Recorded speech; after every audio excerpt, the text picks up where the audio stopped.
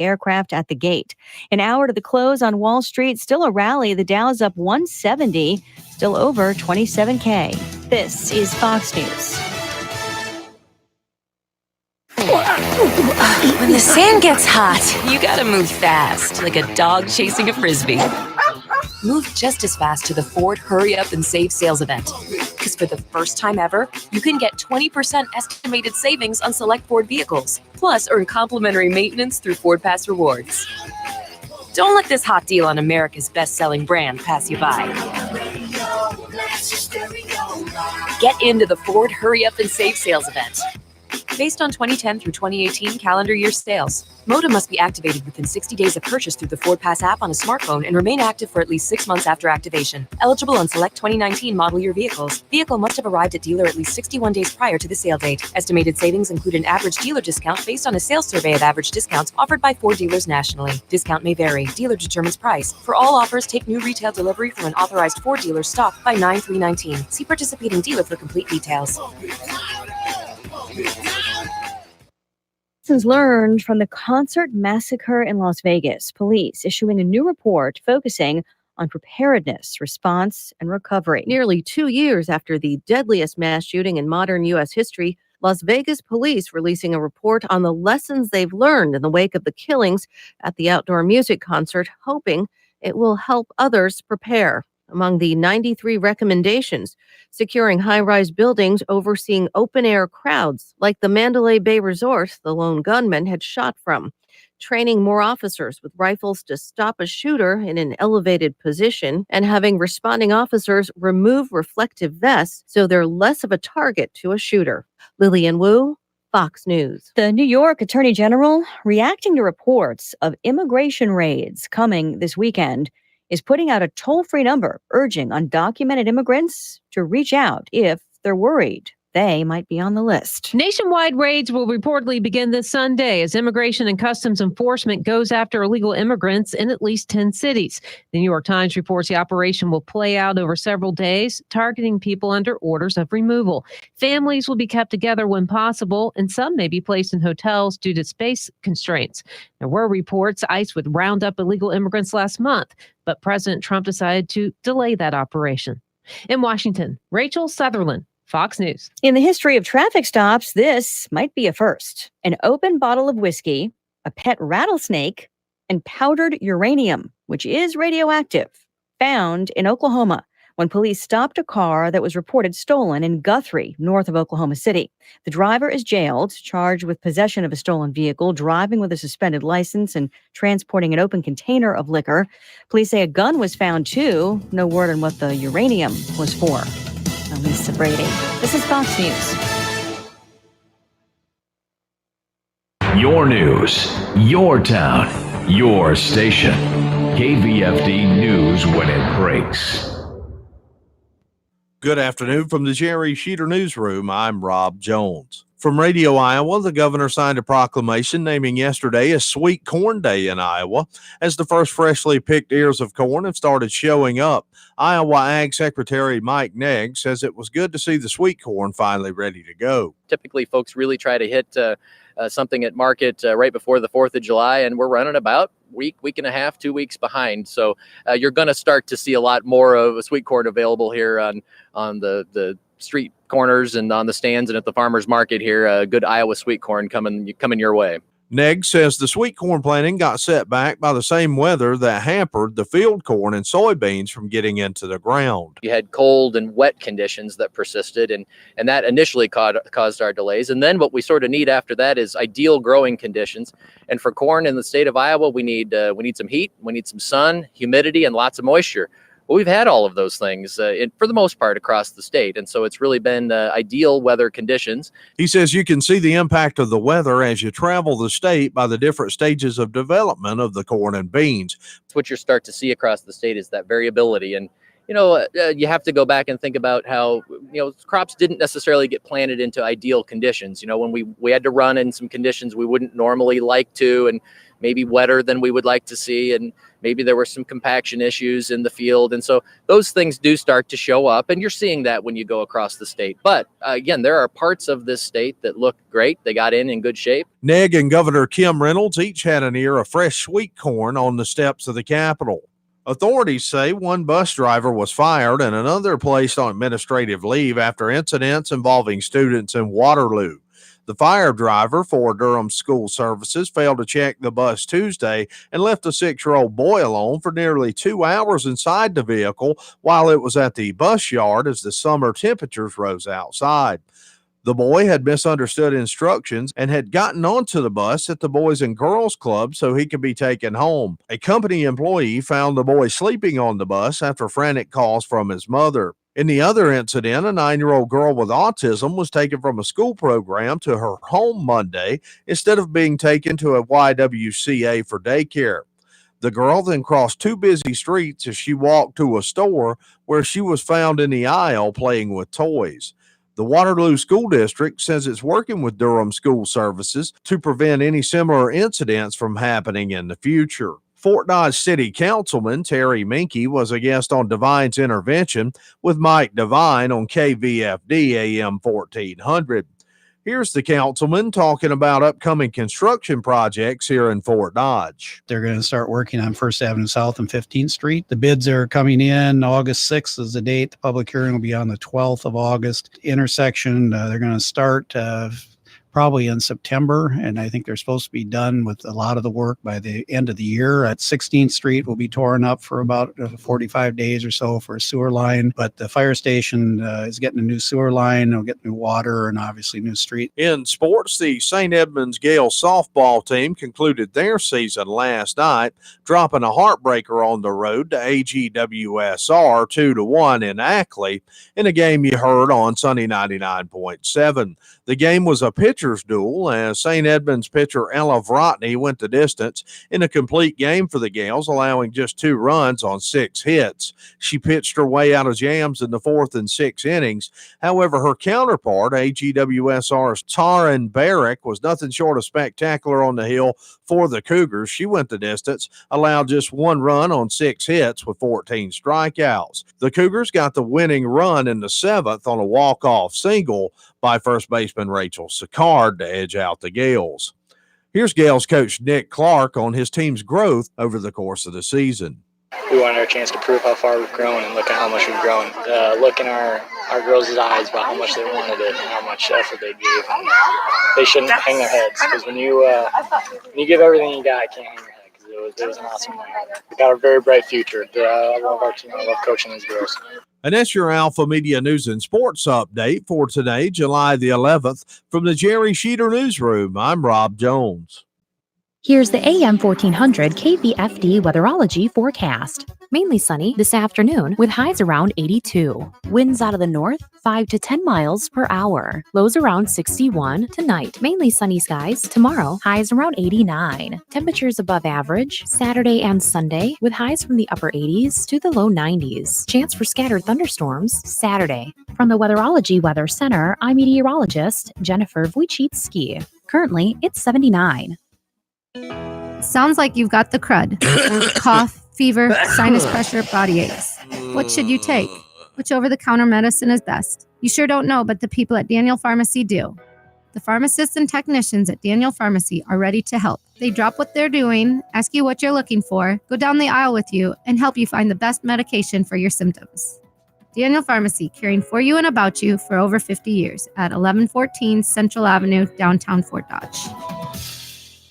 When severe weather threatens, keep it here for the Severe Weather Advisor. Brought to you by Creative Signs and Graphics, Fort Dodge. For signs, decals, vehicle graphics, magnets, logos, customized documents, and more. If your business needs it, Creative Signs and Graphics can make it. And a stitch above the rest embroidery, Fort Dodge. Step out in style with quality brands, timely turnaround, and professional service. A stitch above the rest. Embroidery professionals worth finding. Remember, when severe weather threatens, stay with your friends on KVFD. Connect to this radio station from all across the country. Tickets to the gym, shopping. How about a road trip? Listen to us now on the free iHeartRadio app. You'll never miss a moment with your favorite radio station. Download the free iHeartRadio app and search for the station so we can go wherever you want us to. Michael Devine, the mayor of Manville. It's a fancy title for a part-time job. Michael Devine at AM 1400 KVFD.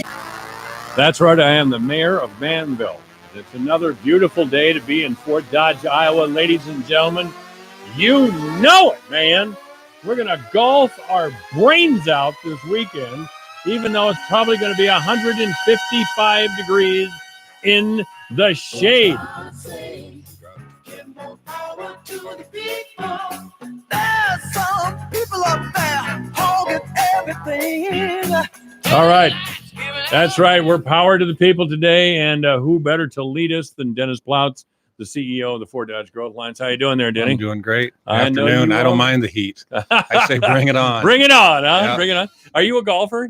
Were you ever a golfer? I know you did tennis, and you're a 100 pitcher. Yeah, I was a tennis player, but I grew up golfing. You did? I golfed for 20 years. Did you really? And one day I said, after I got a job, I wasn't enjoying it because I couldn't golf every day. I said, enough's enough. Enough's enough. Threw my clubs down in the fairway, drove over them with a golf cart and quit.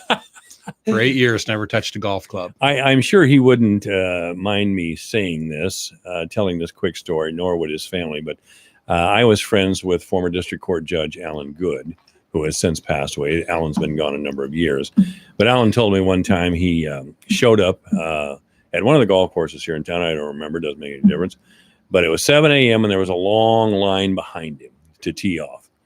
And Alan had a rip-roaring hangover at the time. So he set the ball on the tee. Mighty swing, completely missed. He settled himself again, a little rattled by that. Set the ball on the tee again. Real concentration, took his time, completely missed with a gigantic whiff again. He did it the third time. The third time he picked up the ball and tee, put it in his pocket, and waved to the crowd and said, "This is a tough course." And he walked. Oh, that's classic. That's classic. And he walked off the course and he said he never played golf again. Oh, really? Never played golf again. That's it. I've had it. Now, I'm not going to do this anymore. You know, it was funny because I quit literally 8 years. Then I started dating my wife and she wanted to play golf one day. Oh. So I borrowed some clubs because mine weren't all there. And went up to Clear Lake and played and probably golfed as good or better the first time out as I ever did. Of course, I had improved clubs and everything. So we played 2 rounds, decided to take her little brother out on the next day on Sunday, and took him out, and I double bogeyed the first hole and probably wasn't appropriate in my response to it. Hey, double bogey after 8 years. That's not bad, man. Well, she was so embarrassed having her little brother, who was a freshman in high school, that she hardly talked to me the rest of the round. And I said, no. This is why I quit the game. This is why I quit the game. Which was ridiculous. Yeah. That's you get so frustrated. He's a damn stupid game. Yeah. It means if you're not making a living at it, you can be the best player in town and the state and whatever, and it's not going to matter. It's not. In the scheme of things. It's not going to matter. You told me something interesting just before we went on the air. You asked a rhetorical question. Why do you think people move to the state of Iowa? Why do you think people move to the state of Iowa? And the answer is, Dennis Plautz. Well, and this comes from a survey that the state just completed, where they asked people all over the country, why would you move to the state of Iowa? And why did you move to the state of Iowa? And people think, well, low crime rate, low cost of living, or whatever. But by far, and it's obvious when you think about it, the number one reason was that's where there was a job. That's where there was a job. Yes. And that's a doggone good reason to move to Iowa. No other reason. And the second that's kind of exciting news, though. Really, you think if somebody would ask me why people move to Iowa, I'd say, well, they're coming home. They've been gone for a while. They're natives of Iowa, or for the reasons that you just mentioned. But even maybe less crime, less crowded conditions. But that was one of the questions. And even people that are from here don't come back until they have a job here. Yeah. So it's the one driver, and then you get into a lot of secondary things. And So it was just interesting. It seems obvious after you hear it, but Sure. before that, I didn't think about it. Well, a lot of people of our generation, Denny, left the state because they couldn't get a job with their education or training, or they couldn't make the living that they wanted to make in Iowa at that time. We're kind of the senior generation, I understand, and maybe that's we're early seniors. Yeah. Oh, now you sound like my mom. Well, you're not old. That would make me old. But anyway, that's kind of that's good news to hear, really. But the idea behind the survey was to try and figure out what the perceptions are and what we need to be marketing to get a workforce here. If we're growing some jobs, what else do we have to do to supply employees for those positions? And it's not released yet, but I don't know if you've seen on television, the state has marketed, they've done some advertising on television out east, where they set up a fake office sort of, and they invite people in and they talk about, well, here's a house, 1,500 square feet. It's this, and this. Does that surprise you? And you can live there for $1,500 a month or something. Mm-hmm. And oh yeah, man, here in New York it'd be 3,500. And it walks them through a lot of stuff before you realize that it's a spoof. But it's an attempt to take what they heard in the survey and convey it in media to people that might be exploring, moving, or finding a different job. Mm-hmm. Yeah. And it really is pretty amazing when you think about what we do have to offer. Well, I see you've spent money in the Messenger. Okay, we're going to talk about it. Well, let's see. This is the business connection. Actually, we made that. We had that printed. Okay. And we made that from the majority of which was in the business connection, but several pages are new. That I'll get by it, Dennis. Okay, I'll get by all right. it. And on to the point here. This is a bold statement on this Growth Alliance publication. It says Webster County is poised to be Iowa's leading ag biotech county. Poised to be Iowa's leading ag and biotech county. And the focus of the state, the Iowa Economic Development Authority, and the rest of the state agencies is to be the leading state in those areas. Right. And we want to be one of the leading, if not the leading county. And I think, that's driven most of what we've done here in the last 10 years. What leads you to believe that we're in this position? Well, I'll just give you an example. Well, first of all, they have every reason in the world to be here because of corn and what we do. But that leads, thank you. That's why you're the professional. That leads me into where I was the last 2 days, along with Kelly Halstead. We were in Des Moines at the event center where they held the 2019 BioWorld Congress on industrial, biotechnology, and ag technology. In Des Moines? Yes. Wow. Historically, that's always been in Montreal, Philadelphia, Chicago, or San Diego. And this year, for the first time, it's in Des Moines. And when and it's comprised of small up to multinational companies, all in this sector of the world economy, and people from all over the world were there. But when you think about it, this is where it all starts and where it all comes from. They had what they call a startup stadium where 32 emerging companies could make presentations to venture capital people and finance people.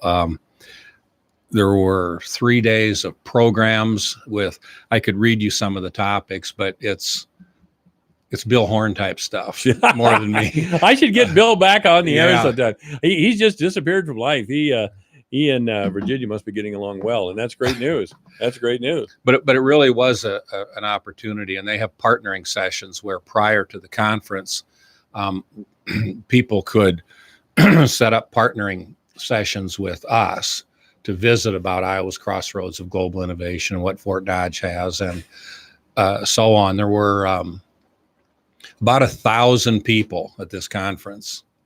And I mean, they are true. I mean, we had CJ was down there with a contingent, Cargill, obviously. But there were companies from just every place in the world you probably wouldn't know. I'm looking at the names of them here, and I would bet that 90% of these wouldn't be recognized by people, yet they're leaders in this area in the world. Well, that's right, and that's what we need to teach people about. Yeah. If they are so important, we need to be able to tell people why they're so important. Yeah. Poet had a big presence there. Yeah. So we were well represented. Kelly picked up a couple new clients, frankly, that Growth Alliance clients. That could have potential in locating here. Certainly, it will be explored further, and it will be explored with Cargill. Already has been with Cargill. Yeah. Here's Al. Al's a down-to-earth guy, good guy. Every time I see him, it's pleasant to talk to him. I can never remember how to pronounce his last name. Vianney? Vianney, yeah. Thank you. Gosh, that's embarrassing. He's been in town how long now? It's interesting. You read the last paragraph or the last question there. Wasn't that about? What do you see for the future, and how much does that impact Webster County's economy? Okay, I was thinking about the answer to how you've been received here. Oh, okay. What is your first? It's a biography about Al. How do you see biotech? Has the plant developed as you thought it would? Okay. Has the plant developed? It's probably the last one, but the last question on the page is, what do you see for the future, and how does that impact Webster County's economy? Yeah, that's what I've got here. Anyway. I gave these to some of his bosses who were there, and he's going to have a hard time living his picture and his quotes down. I'll tell you that. Oh, that's quite the place out there. It really is. That's quite. How many people work out there now? Do you know? When they opened up, they were committed to 133, I believe, and now the last count I'm aware of was 192. Okay, all really good jobs. I see that they keep adding them. Yep. I see the want ads. Yep. Yeah, they've done well, and 192 is well beyond what we expected they would be at this early. I had an interesting conversation yesterday with Kyle Larson. Kyle Larson's a young man, and he and his wife Abby were in here. They're both university graduates, Iowa State, of course, and they have a niche pork production facility up in, I don't even know if you call it, I guess you'd have to say it's pork production, but they have a niche pork production facility in Humboldt County. And he told me, I'm having trouble getting workers. And he said, you can make $50,000 working here. It's work, but it's benefits, and it's in good pay. And $50,000, I should go work for him. Yeah. Yeah. No, we're getting, like I've said before, the average income is up considerably. It is. And one thing that has worked against that has been the price of corn and grain, because I'm guessing farm income, when you're at $3 corn versus $5, goes down, but yet local option sales tax hasn't suffered. So, as the ag economy rebounds a little bit, then I think you're going to see another big spike. We got to do something about these tariffs. Income. We got to get Trump. And that's an issue now, because my understanding is they've gotten their subsidy checks, but it's about half of what it's cost. Well, and we need Nancy Pelosi to stop trying to embarrass Trump and punish Midwestern farmers for voting for Trump, and pass that doggone USMCA. Speaking of Bill Horan, Bill was in here in the winter to tell me that this was getting done. Yeah. And as far as the Trump administration was concerned, it was done. But the Democrats keep dinking around into the land. They just don't want to give them a victory, and it hurts the country. Yeah. I mean, it's frustrating when we can't have our politicians get along with each other. And well, really, there's that young man from Michigan, Representative Justin Amash, who left the Republican Party, is now an independent. And he said the reason is the two parties are just obsessed with their own career goals and power, and they don't seem to care about the country. They care about their parties and themselves, and that's a bad place to be in. And we're kind of getting off into the talk radio realm. Well, I think I'm not partisan at all, but in fact, I've been an independent my whole life. Never registered with a party, but I think it's. Unless like today, if you're a farmer and you see tariffs, you know how it hurts you and how it affects you. Mm-hmm. To the average person that works for somebody, let's say, you don't see how the federal government or the state government impacts you, because it's sort of out of sight, out of mind. It is. but and that's why I've said before on here too, that it is so critical that we maintain relationships with anybody that's elected. I don't Certainly. care if it's Donald Trump or Nancy Pelosi. You know, the better our relationship can be with any of them. I don't will care help that, us. you know, I really don't care about that either, Dennis. I really don't. There's a lot of, and there's we need to elect a woman. I would vote for a woman in a heartbeat if she reflected my values. Yeah. I mean, I that is such a non-issue, male or female. Who cares? I've always, I shouldn't be saying, Yeah. but I've always voted. I've never voted a straight ticket ever on anything. And I I've- never have either. I actually, I'm not going to get into who, but I've actually changed who I voted for since we started going to Washington. In that, I can tell you there was one individual that I never liked and didn't think I would ever vote for him. But after learning more about them, I started voting for him because, of course, my priorities and my knowledge changed, and I got Sure, to know of course. them. And We change as we go through life. it's like I mentioned this once before on the show. It's like Herb Kirsten, the former attorney here, not Herb, Don Kirsten, the Yeah. attorney. His daughter said as a eulogy at his funeral, she said, "You know, my dad always said, I don't know that guy very well." Or no, he would say, "I don't like that guy. I guess I'll have to know him better. I guess I'll have to get to know him better." Isn't that a great attitude? It is. I don't like him, but I want to get to know him I think better. I better get to know him I better better. get to know him because I'm not liking him. As opposed to, I don't like him, I'm never talking to him again. Yeah. You know, Oh, God. so kind of botched that, but it always stuck with me. I never forgot that after I Yeah. heard it. And that's been a long time It's ago. been a long, I bet it has. How long has he been gone?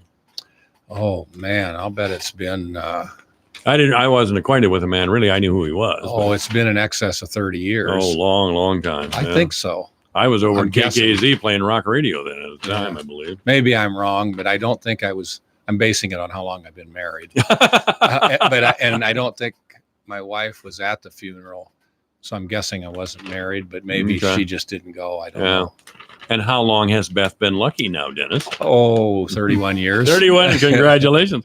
I am glad that we have a community college here in town that's on board with biofuels. And we marketed the biofuels laboratory when we were at in Des Moines. That's This right. week. Yeah. Which you're looking at. Yeah.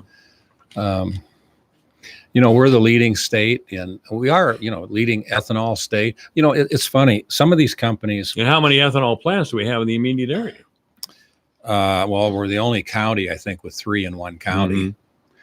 But some of these companies we talked to, actually, one in particular that I think has some opportunity, they actually use ethanol in a further process to make coatings, for pipes and different things. And they actually need the ethanol, and they further refine ethanol into Mhm. other products to make these innovative products. It's another value added part of the bio food chain, if you will.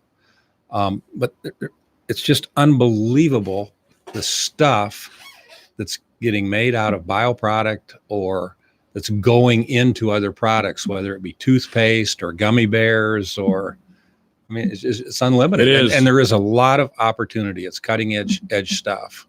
And it's a 2-year degree to make a real decent living Mhm. rather than the bigger universities. And Absolutely. wind up in debt for 5 to 10 years and not be able to live until you're 35 years old.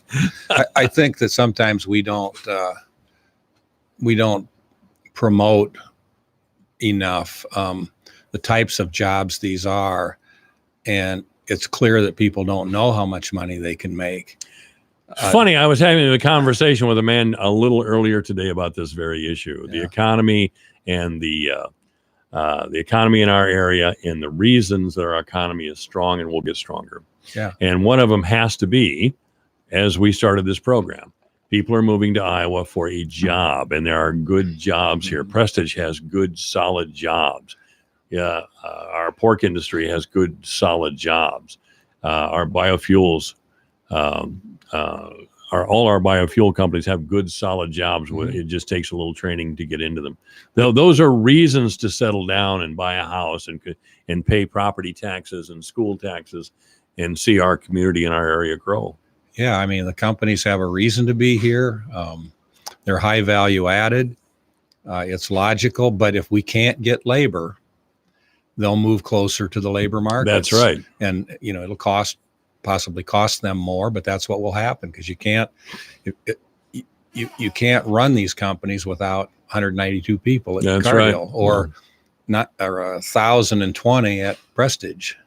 By the way, young Mr. Larson did tell me yesterday that the jobs he has available, or the job he had available up there, like all jobs around pigs, it can get a little messy. Oh, yeah. Of course, I knew that. Yeah, I knew you and me knew that, Yeah. and we accepted it, I used to in school go stay on the farm with Yeah. classmates, because I Yes. lived in town, big city kid in Pocahontas, and I would go out on the That's farm. where we thought, wasn't it? And then when I got into college and I thought I got a little smarter, I realized they didn't like me as much as they liked me doing There the you chores go. for them. That was a job we would get. The town kids would get every now and then. Hey, you guys want to come out and clean out the hog barn with shovels? No bobcats or anything in those days. It Just wasn't shovels. them up in the hayloft throwing the bales of hay It was down. not. But we'd go out there all day. We get paid, but that was great. This time of year, that was great. Yeah. Great job. Walked a lot of beans in those days. Walked too. a lot of beans too. But here's a surprise: you have to work if you want to make a living. I am not putting down convenience stores or any of that sort of thing, but they don't pay a lot. If you're a young person and you're in that situation, you're in a fast food restaurant somewhere. Again, my hat's off to you. Anybody who works and supports themselves has my respect.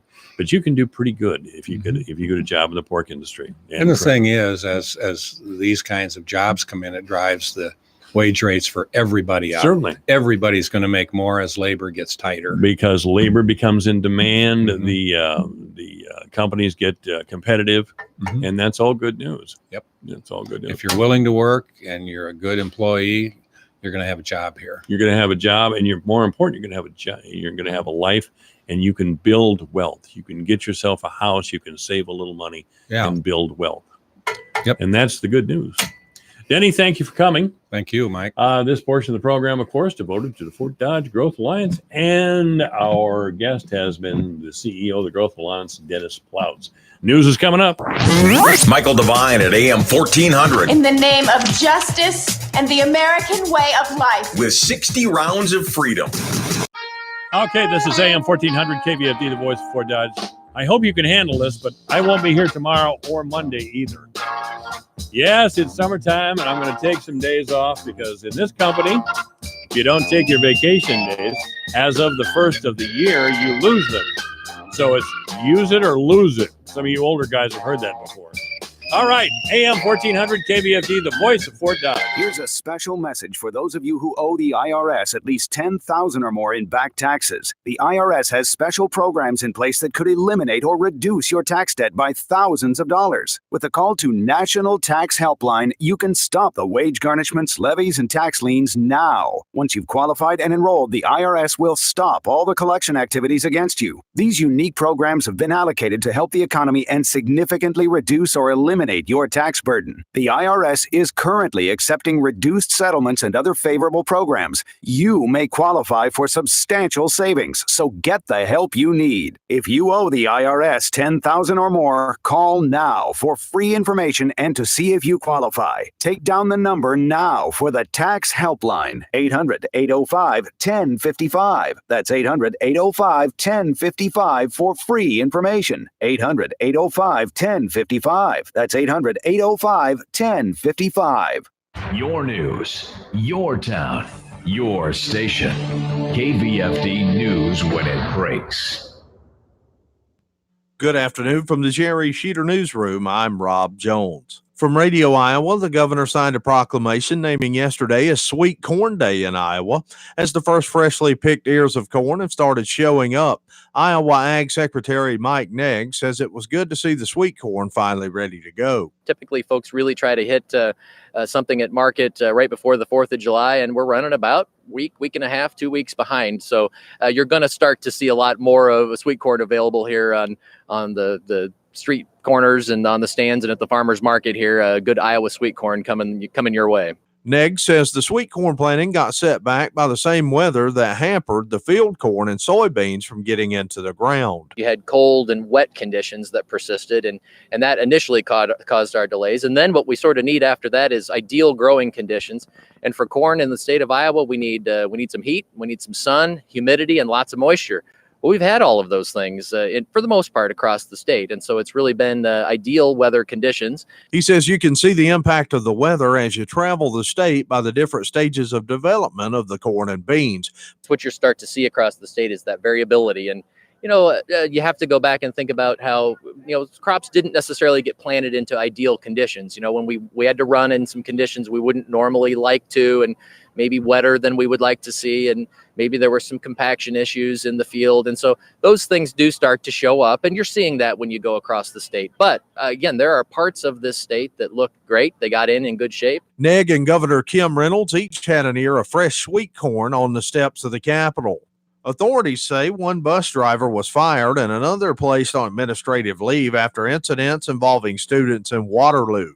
The fire driver for Durham School Services failed to check the bus Tuesday and left a 6-year-old boy alone for nearly 2 hours inside the vehicle while it was at the bus yard as the summer temperatures rose outside.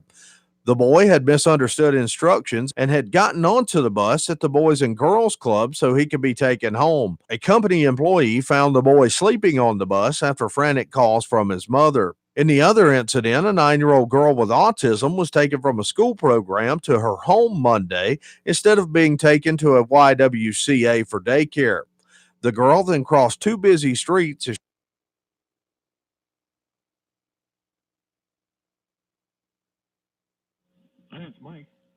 Hey, Mike, it's me, David.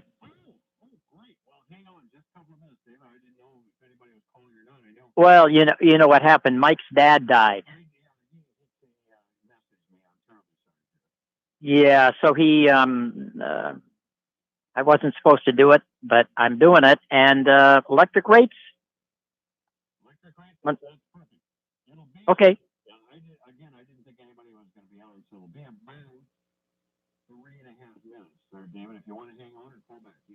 Oh, hang on. Why not?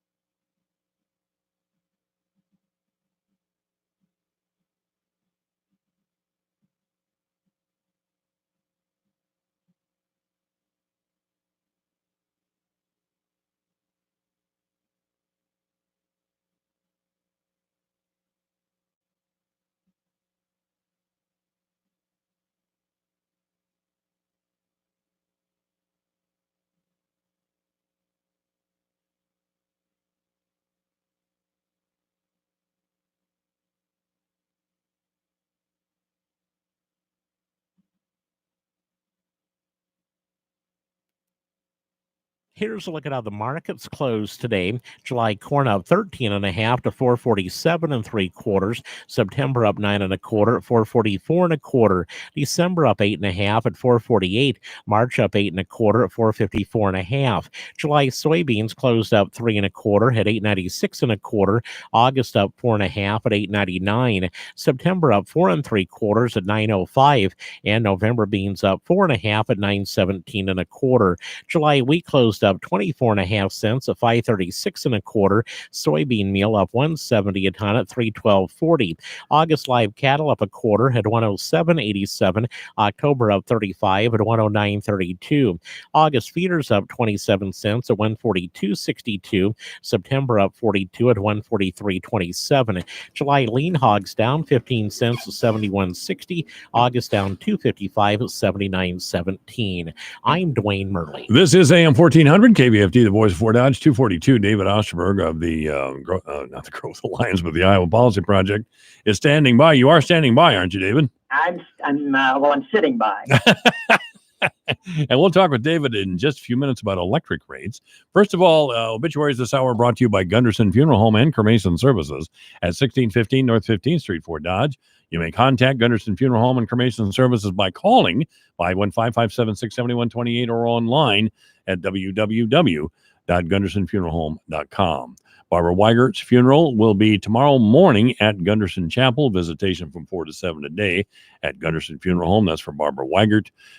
And Gunderson Funeral Home is in service to Dr. John Sear, Marjorie Peck, and Stuart Sams. Obituaries this hour brought to you by Gunderson Funeral Home and Cremation Services at 1615 North 15th Street, Fort Dodge. You may contact Gunderson Funeral Home and Cremation Services by calling 515-576-7128 or online at www.gundersonfuneralhome.com. David Osterberg in 30 seconds. The Lizard Creek Blues Society presents Blues Under the Trees, Saturday, July 27th, featuring Hamilton Loomis. The full blues lineup includes Joe and Vicky Price, the Heather Newman Band, and Malcolm Wells and the Two Timers. Gates open at 1. They lay down the blues at 2. Advance tickets are $25. Get them now at Access Audio, Avila Bank, Ivy in Fort Dodge and Humboldt, and Remy Music. Or get your tickets for $30 at the gate. Bring your lawn chairs and an appetite for great food and world-class blues. Blues Under the Trees, Saturday, July 27th. Sports Park Raceway, Fort Dodge.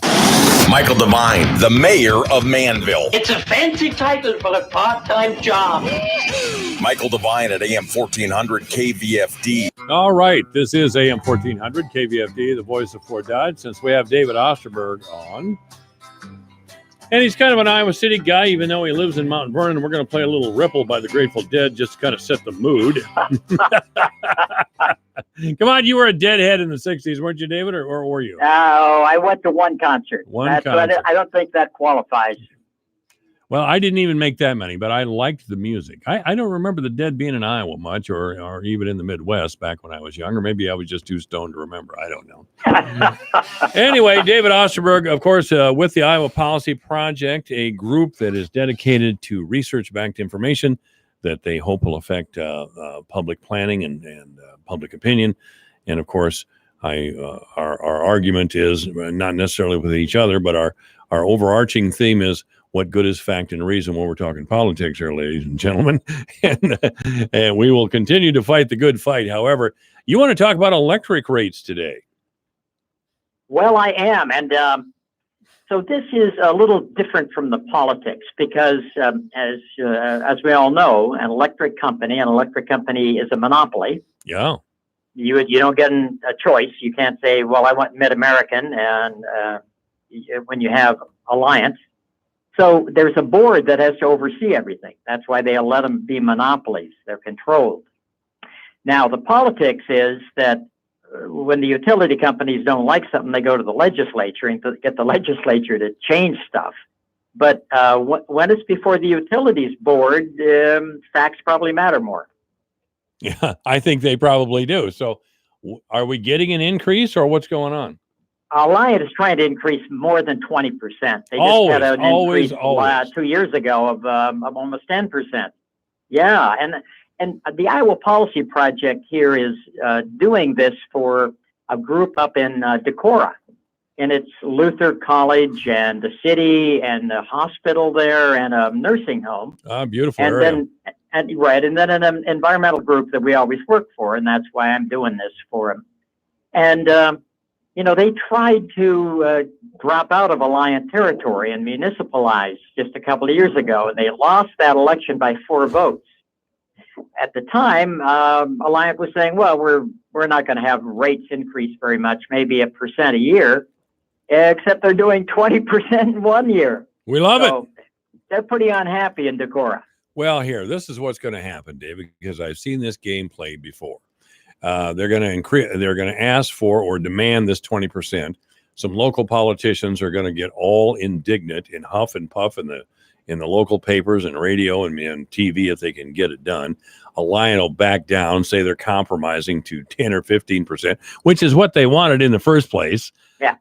It's like buying a car. Alliance is highballing us. they're Well, I think that could be true, because the part of the case, though, that I'm doing is just how much they deserve. And I can't comment on that because, I don't know. But what I do is the design of the rate. And they're trying to make the rates just awful, we think, by increasing what's called the fixed charge. You have to pay for the kilowatt hours you use. That's right. But you also get a fee every month. And for Mid-American, that fee is $8.50. And for Alliant, it's $11.50. And they want to go to 13.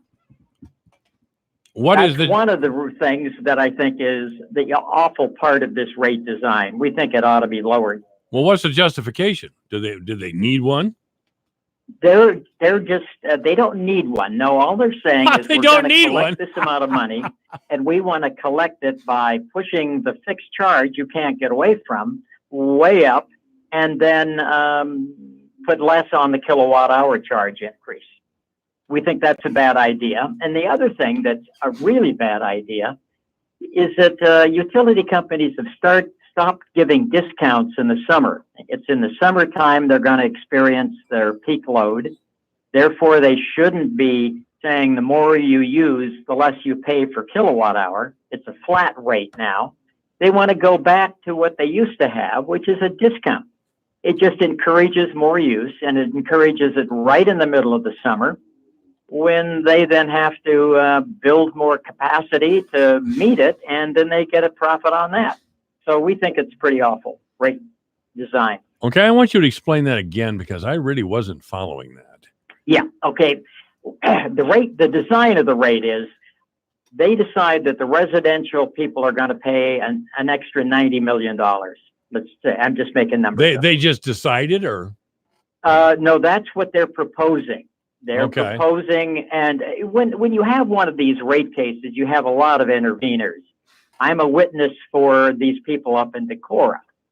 But the big heavy hitters are the industrialists. They bring in, $100,000 kind of consultants to tell Alliant they don't deserve any of this stuff they're asking for. I'm just doing the rate design to say whatever the amount that you're going to get the board to say you can collect, whatever increase, if any, how do you do it? Why don't you do it in a way that allows people to conserve by putting more of the cost onto the kilowatt hours? If you put it on the fixed charge, there's nothing you can do about it. You can't turn down your thermostat. And if you're a low-income person who, by the virtue that they're low income, use a less electricity than the average, you really hit them harder. Those are kind of my arguments. Sure. Those are good arguments. Go ahead. No, I say those are good arguments because I tell you, we don't. I don't know when the lower income people fell out of favor, but they did some years ago, probably around the time Bill Clinton came to office. We just stopped talking about them. They're still here, by the way, and they're doing the best. They're doing the best they can. They're doing the best they can. And I guess I need to ask you how a public utility can act in this fashion, and who is the board or what group? I'm assuming politicians have set up a board since they never want to be responsible when people scream about rates. All they can do is point helplessly at Mid-Am or Alliant or whoever it is and say, oh, gee, I have no control. And then they point to the board. Well, the board gave the okay. Who am I? Well, that's just cover. That board is always just cover for politicians who don't want to take heat. So who is the board? That's or the, right. Who is that's the right. And who is the board, controlling? all the board members were appointed by Branstad. Still. But one of them has to be a Democrat. Oh, one of them. Yeah. So, and so the way boards and commissions are in this state, you have to gender balance them. Mm-hmm. So if you have three, it has to be either 2 women and a man or 2 men and a woman. Right. Or you also have to do it by party. And so that's why we have a Democrat and 2 Republicans on the utilities board. And would I say this is the best utilities board? It's okay. Obviously, I'm going to appear before them, so I'm going to say it's okay. But, it really does depend who gets appointed. And after I ran against Grassley, Vilsack tried to appoint me to that board. Really? Yep. And the utilities came back and said, no, you've got to get enough votes, so you can't do it. Oh, they didn't want you that bad. They didn't want me that bad, yes. Wow. What were they so mad at you for other than you're kind of a liberal Democrat? I mean, what were they? Yeah, well, that's right. I had pushed energy efficiency real hard. Remember the fact that we forced them to actually try renewable energy.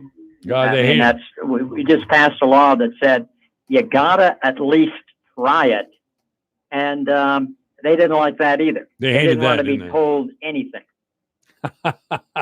Even though it's beautiful, even though Mid-American has thrived on it, they still thought it was a terrible thing for, the legislature to say, you ought to at least try renewable energy. And we did that. We were the first state to do that back in 1983. Okay. Gosh, 1983. So they didn't. So that's true. They didn't like me much. But once in a while, I appear as a witness and say something about their rate structure or some other part of what they're doing. But the rate structure really is bad. And they're after solar. Both Mid-American and Alliant have tried their hard as to try to hurt solar, make it less remunerative for you to put solar panels on your house. That's a good word. And they tried real hard in this last legislative session, but the pork producers are the ones that handed Mid-American their head. They can do it in this state too. They could do it in this state, and think of those big buildings, how much space they have on the roof and how much electric demand they have to keep them hogs cool in the summer. Absolutely. Well, Greg Hora, who I have on the air with me frequently, is a past president of the Iowa pork producers here in the state of Iowa. So, yeah, I don't get to see Greg much anymore because he's out working. I don't know why he's doing that, but anyway, right now we're comrades. That's strange bedfellows for you. But well, that's how it works, So you appear it used to work that way a lot more back in the time when I was in the legislature. Well, gosh, every conversation I've had this week is how bloody partisan this is. It has become that. It wasn't that way. It's been a while since I've been in. It's 20 some years, right? But no, and there were times when I would get together with people who would generally I didn't vote with even once, and an issue would come up like gambling, and Republicans just didn't like gambling much, and liberal Democrats didn't like it either because it punishes poor people, right? Well, that's an argument, that's for sure. But I was sure that Republicans liked gambling because there was money to be made in gambling. I know there's too many of them are, but the old type Republicans, the ones that I used to work with on this, they didn't see any reason why more gambling in the state of Iowa was going to make it a better society. Well, that's right. They're ministers. I know there was a big. We had a chance to get a casino here in Fort Dodge many years ago. And the Presbyterian Church got behind an effort to stop the casino, and they did. That's right. I've worked with those people too. Yeah. But I mean, the point is, I mean, we're getting off the topic. Yes, we are. Electric rates. I just want to be less partisan for sure. I just wanted to know if you appeared as a witness or in a lineup. I mean, if Mid-America Energy is doing it, they probably got Osterberger there. Okay, there he is. There he is right there. Yeah, no, this is the second Alliant case I've been in the last 2 years, and the arguments tend to be the same because they're right. There is no reason to push up that fixed charge that you can't do anything about. It doesn't encourage you to try to be more conservationist. It doesn't help poor people one bit. So who does it benefit? It benefits the company. That's they have right. A guaranteed amount coming in no matter what. And their shareholders. So that's what they want. That's why they want to do it. And they're doing it all over the nation. Sure. You know, if you look over the last 5 years, the consumption of electricity has not gone up in the United States. It went up a little just this last year because of a very, very cold winter. But in general, last 5 years, not up at all. In fact, it's about where it was in 2008. Wow. So that's what they're responding to. And they're, you know, if you produce more electricity, especially with these big coal-fired power plants that they still have, you're just going to make the temperature increase. They don't seem to care. What do you think? I got to give you this question. And I don't know why I haven't asked you this question earlier in the year. This is the second year we've had terrible conditions for spring planting. No kidding. Do you suppose this is related to global warming? They say it is. First of all, you have to have a number of years. You can't look at 1 year and say, this proves this, or this particular hurricane proves anything. But if it's a tendency, and if it's moving in the direction people expect it, say that it's going to do that, then there's some evidence. You know, when it comes to things like flooding, that's why cover crops are a pretty good idea. That's why protecting your soil is probably good. So there are a lot of places where water quality, water quantity, and climate change all fit together. And they say, be a more conservationist farmer, and you're going to help the world besides yourself. All right. David Osterberger is our guest. He's with the Iowa Policy Project. He is the co-founder, as a matter of fact. Always great to talk with you, David.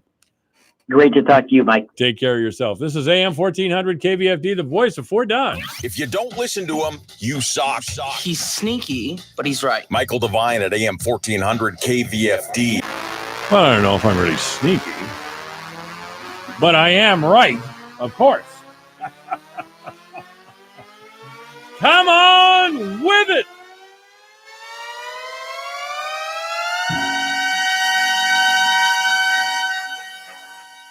For God's sake, give more power to the people.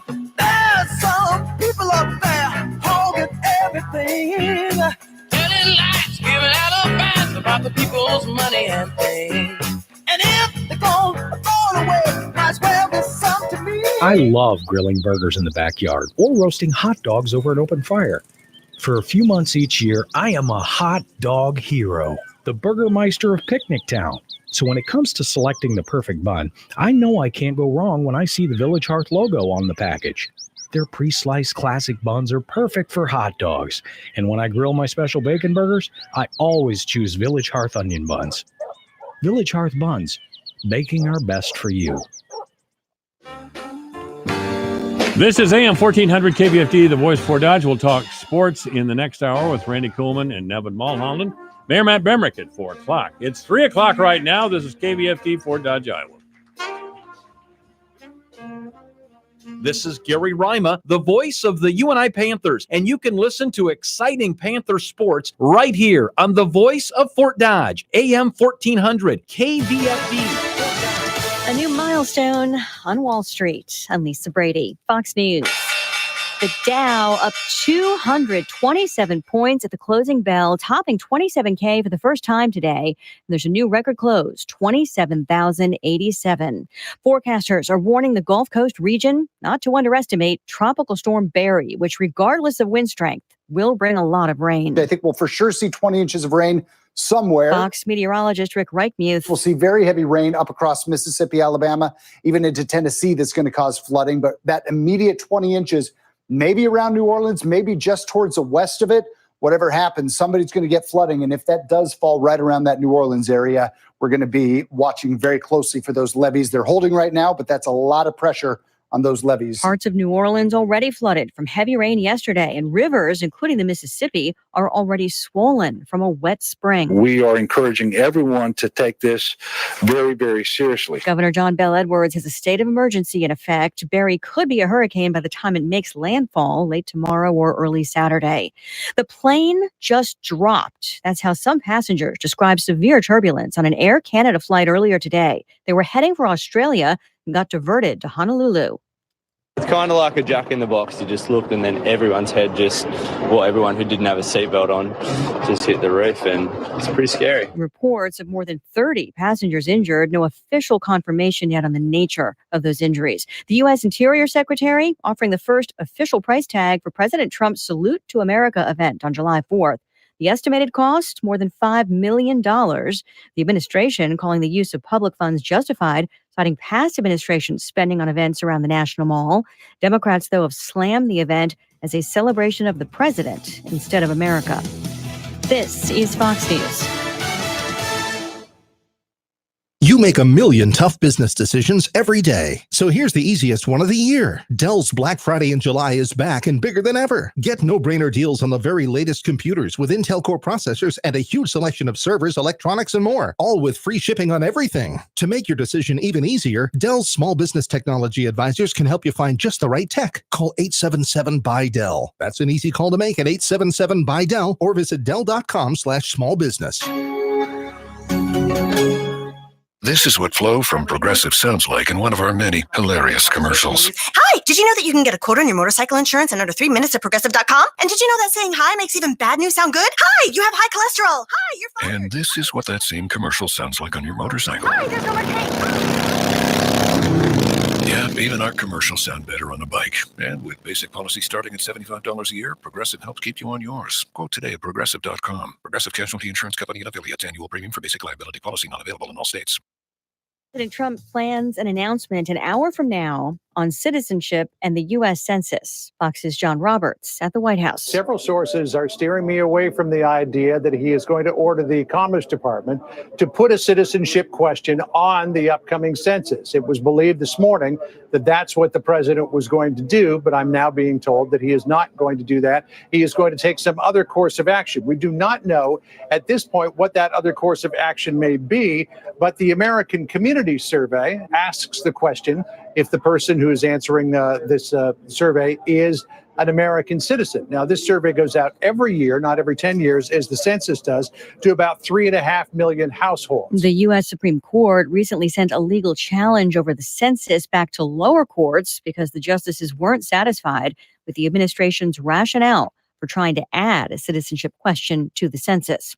Confirmation that an American scientist is dead in Greece, but still no arrests. Tragic discovery of a body made earlier this week on the Greek island of Crete, now being identified as 59-year-old American Suzanne Eaton. The married mother of two, originally from Oakland, California, was a molecular biologist based in Germany. She was on Crete for a conference, last seen a week ago Tuesday. It's believed she went out for a jog when it's suspected she was the target of what police are calling a criminal act. Her body was found down a World War II era man-made bunker some 6 miles from her hotel. It is reported that police think she could have been roughed up, strangled, and then brought to that location. She's been described by her place of work as an outstanding, inspired scientist, a dear friend, and a colleague. No suspects reported yet. In London, Greg Palcott, Fox News. Recapping the record day on Wall Street, the Dow up 228 points to 27,088. The S&P topping 3,000 for the first time and finishing just shy of that.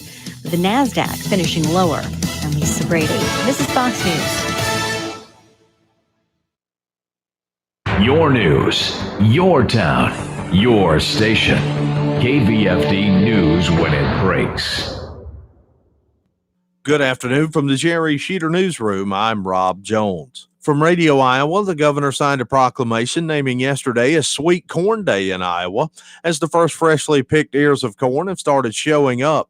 Iowa Ag Secretary Mike Negg says it was good to see the sweet corn finally ready to go. Typically, folks really try to hit something at market right before the 4th of July, and we're running about week and a half, 2 weeks behind. So you're going to start to see a lot more of sweet corn available here on the street corners and on the stands and at the farmers market here. Good Iowa sweet corn coming your way. Negg says the sweet corn planting got set back by the same weather that hampered the field corn and soybeans from getting into the ground. You had cold and wet conditions that persisted, and that initially caused our delays. And then what we sort of need after that is ideal growing conditions. And for corn in the state of Iowa, we need some heat, we need some sun, humidity, and lots of moisture. Well, we've had all of those things for the most part across the state. And so it's really been ideal weather conditions. He says you can see the impact of the weather as you travel the state by the different stages of development of the corn and beans. What you start to see across the state is that variability. And, you have to go back and think about how, crops didn't necessarily get planted into ideal conditions. When we had to run in some conditions we wouldn't normally like to, and maybe wetter than we would like to see. And maybe there were some compaction issues in the field. And so those things do start to show up, and you're seeing that when you go across the state. But again, there are parts of this state that look great. They got in good shape. Negg and Governor Kim Reynolds each had an ear of fresh sweet corn on the steps of the Capitol. Authorities say one bus driver was fired and another placed on administrative leave after incidents involving students in Waterloo. The fire driver for Durham School Services failed to check the bus Tuesday and left a 6-year-old boy alone for nearly 2 hours inside the vehicle while it was at the bus yard as the summer temperatures rose outside.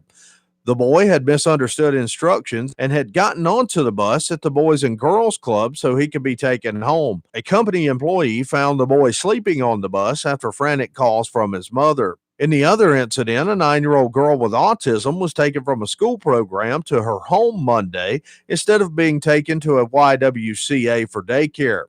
The girl then crossed 2 busy streets as she walked to a store where she was found in the aisle playing with toys. The Waterloo School District says it's working with Durham School Services to prevent any similar incidents from happening in the future. Fort Dodge City Councilman Terry Minke was a guest on Devine's Intervention with Mike Devine on KVFD AM 1400. Here's the councilman talking about upcoming construction projects here in Fort Dodge. They're going to start working on First Avenue South and 15th Street. The bids are coming in. August 6th is the date. The public hearing will be on the 12th of August. Intersection, they're going to start probably in September, and I think they're supposed to be done with a lot of the work by the end of the year. At 16th Street will be torn up for about 45 days or so for a sewer line, but the fire station is getting a new sewer line. They'll get new water and obviously new street. In sports, the St. Edmunds Gales softball team concluded their season last night, dropping a heartbreaker on the road to AGWSR 2-1 in Ackley in a game you heard on Sunny 99.7.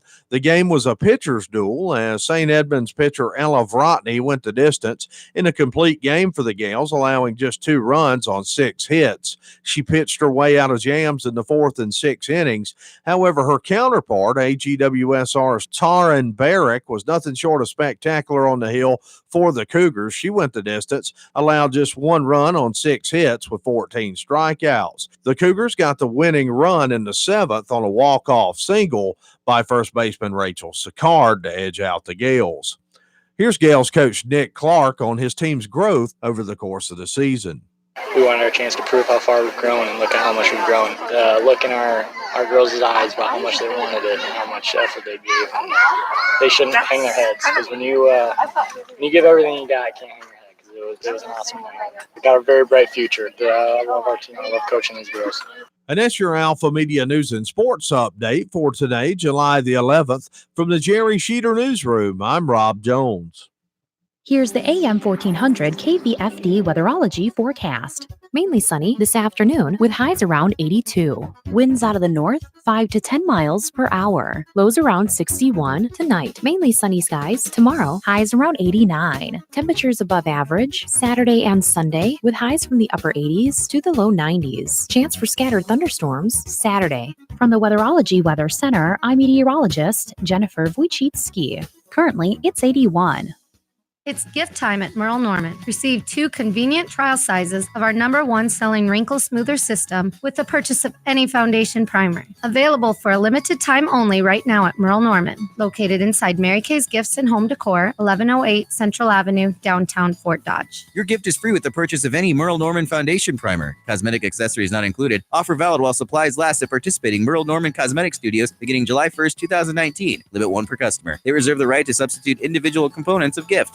Have the talk of the lifetime with the ones you love and make the difference of a lifetime. Grandma, this card asks, what's your favorite family tradition? Christmas would be my favorite. You know how we use the special tablecloth and all the fancy dishes? And those cookies you always make. Should we whip up a batch and bake some together now? Sharing stories and memories with those who matter most isn't just important today, it will be especially significant when it's time to honor a life lived. Contact Gunderson Funeral Home to learn more about having the talk of a lifetime. So you sit down and you do your budget and you look at all your monthly costs, your bills, your income, and it seems like there's never quite enough. You know what would help? What would really help? Finding $500 a month to help balance things out. And that is the typical savings, $500 a month for a family when you switch to Medi-Share for your healthcare. Medi-Share is a Christian healthcare sharing ministry, and it works. No wonder more than 400,000 people are doing this now. And look, whether you're single or married or you have kids, this can make sitting down to do a monthly budget a lot more fun. Just think what you could do with $500 a month. It can cover a car payment or pay back loans or whatever. Join Medi-Share and go out to dinner to celebrate. Find out more. The Medi-Share people are so easy to talk to. They can answer any questions.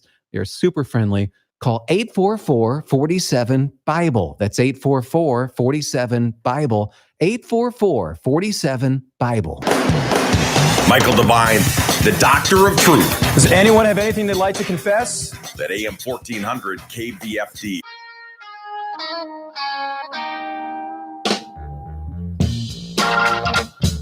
This is AM 1400 KVFD, the voice of Fort Dodge. I'm Michael Devine, and today's the day we talk sports. Actually, it's a day early. We usually talk Friday, but I'll be gone again tomorrow because it's summer and I have some vacation days to take. And you're a big deal. I'm a big deal. Well, actually, you work when you want to work. You take time off when you want to take time off. They don't screw with you. Plus, we don't have a manager yet. No, we do have a manager now. Well, Jed Burns. Jed Burns is his name. It's And I'll tell you why I take this vacation. It's something that we hear as older men. You either use it or you lose it. After December 31st, I don't care how many days you have accumulated, you lose them on the 31st. So I use it rather than lose it. I can't say that about everything. Okay, we got to talk a little bit about the All-Star game. I watched it to the 7th inning and I got tired. Didn't even see the end of it. And bored, right? I was getting kind of bored because by that time there were rapid substitutions all the time. You know, like Chris Bryant, who I thought should have seen more play time, got a single at bat, and I think he played 1 inning in the field, and that was it. Yeah. But there were so many great players out there; it's just unbelievable. Nobody can hit the ball. Well, and that's the deal. You know, we talk about a juiced baseball, but nobody can hit this thing because Verlander was awesome for one thing. As a matter of fact, the poor pitcher that got tagged was the guy from Cleveland. They were playing in Cleveland. What's his name, Nevin? Hand. What Hand? Hand was the guy that the National League got after a little bit. Yeah, that's him in the 6th inning. They scored 3 runs. But the Indian pitcher that preceded him struck out the side. Yeah, struck out this Bieber, and he was the most valuable player. Yeah. But like you say, the National League, which hasn't won, I think American League's won 7 in a row now. Embarrassing. The National League, what they struck out 16. 16. I mean, there's only 27 outs, and that's your National League, Mike. 16 strikeouts. Yikes! You know, and I didn't 5 realize. hits. 5 hits total? 5 hits total, 16 strikeouts. Yeah, they scored those 2 runs, I guess, on a bad bounce to the shortstop. I think he should have had it, but it was a Chicago White Sox shortstop. As I recall. Yankees. Was he Yankees? Gleyber Torres. Gleyber Torres. The Cubs traded him to the Yankees for Chapman. No kidding. Yeah. Who got the best deal there? Well, but Chapman's back with New York. Chapman then's back with New York. It was just a rental, but we won the World Series. We did. We needed him to win the World Series. That's right. Frankly. We did. I hear you. But You said you stopped watching the seventh inning. Well, I got tired and went to bed. Chapman came in, and I mean, he was kind of laughing at him. I mean, they couldn't come within 8 inches of hitting that ball. I mean, they'd swing at it, or they wouldn't even swing at it, and he'd throw a pitch that would curve or break or slider and catch the corner, and out they go. And he's really developed that slider now, and he's still throwing 98. Then you can't lay a glove on this guy when he's throwing that slider. He's great for a strikes. couple innings. He is absolutely great for a couple innings. He's kind of a dink. I remember when he was with Chicago. He made fun of the city, like he didn't really want to be there. You're right to say that we couldn't have won the World Series in 2016 without Chapman. He was amazing in that series. And that was just a mind-blowing World Series. We've talked about it before. He's a huge man. He's very imposing out there in the mound. And he's bringing it. And you're going, so now that he's got this second pitch, I go, oh, my Lord.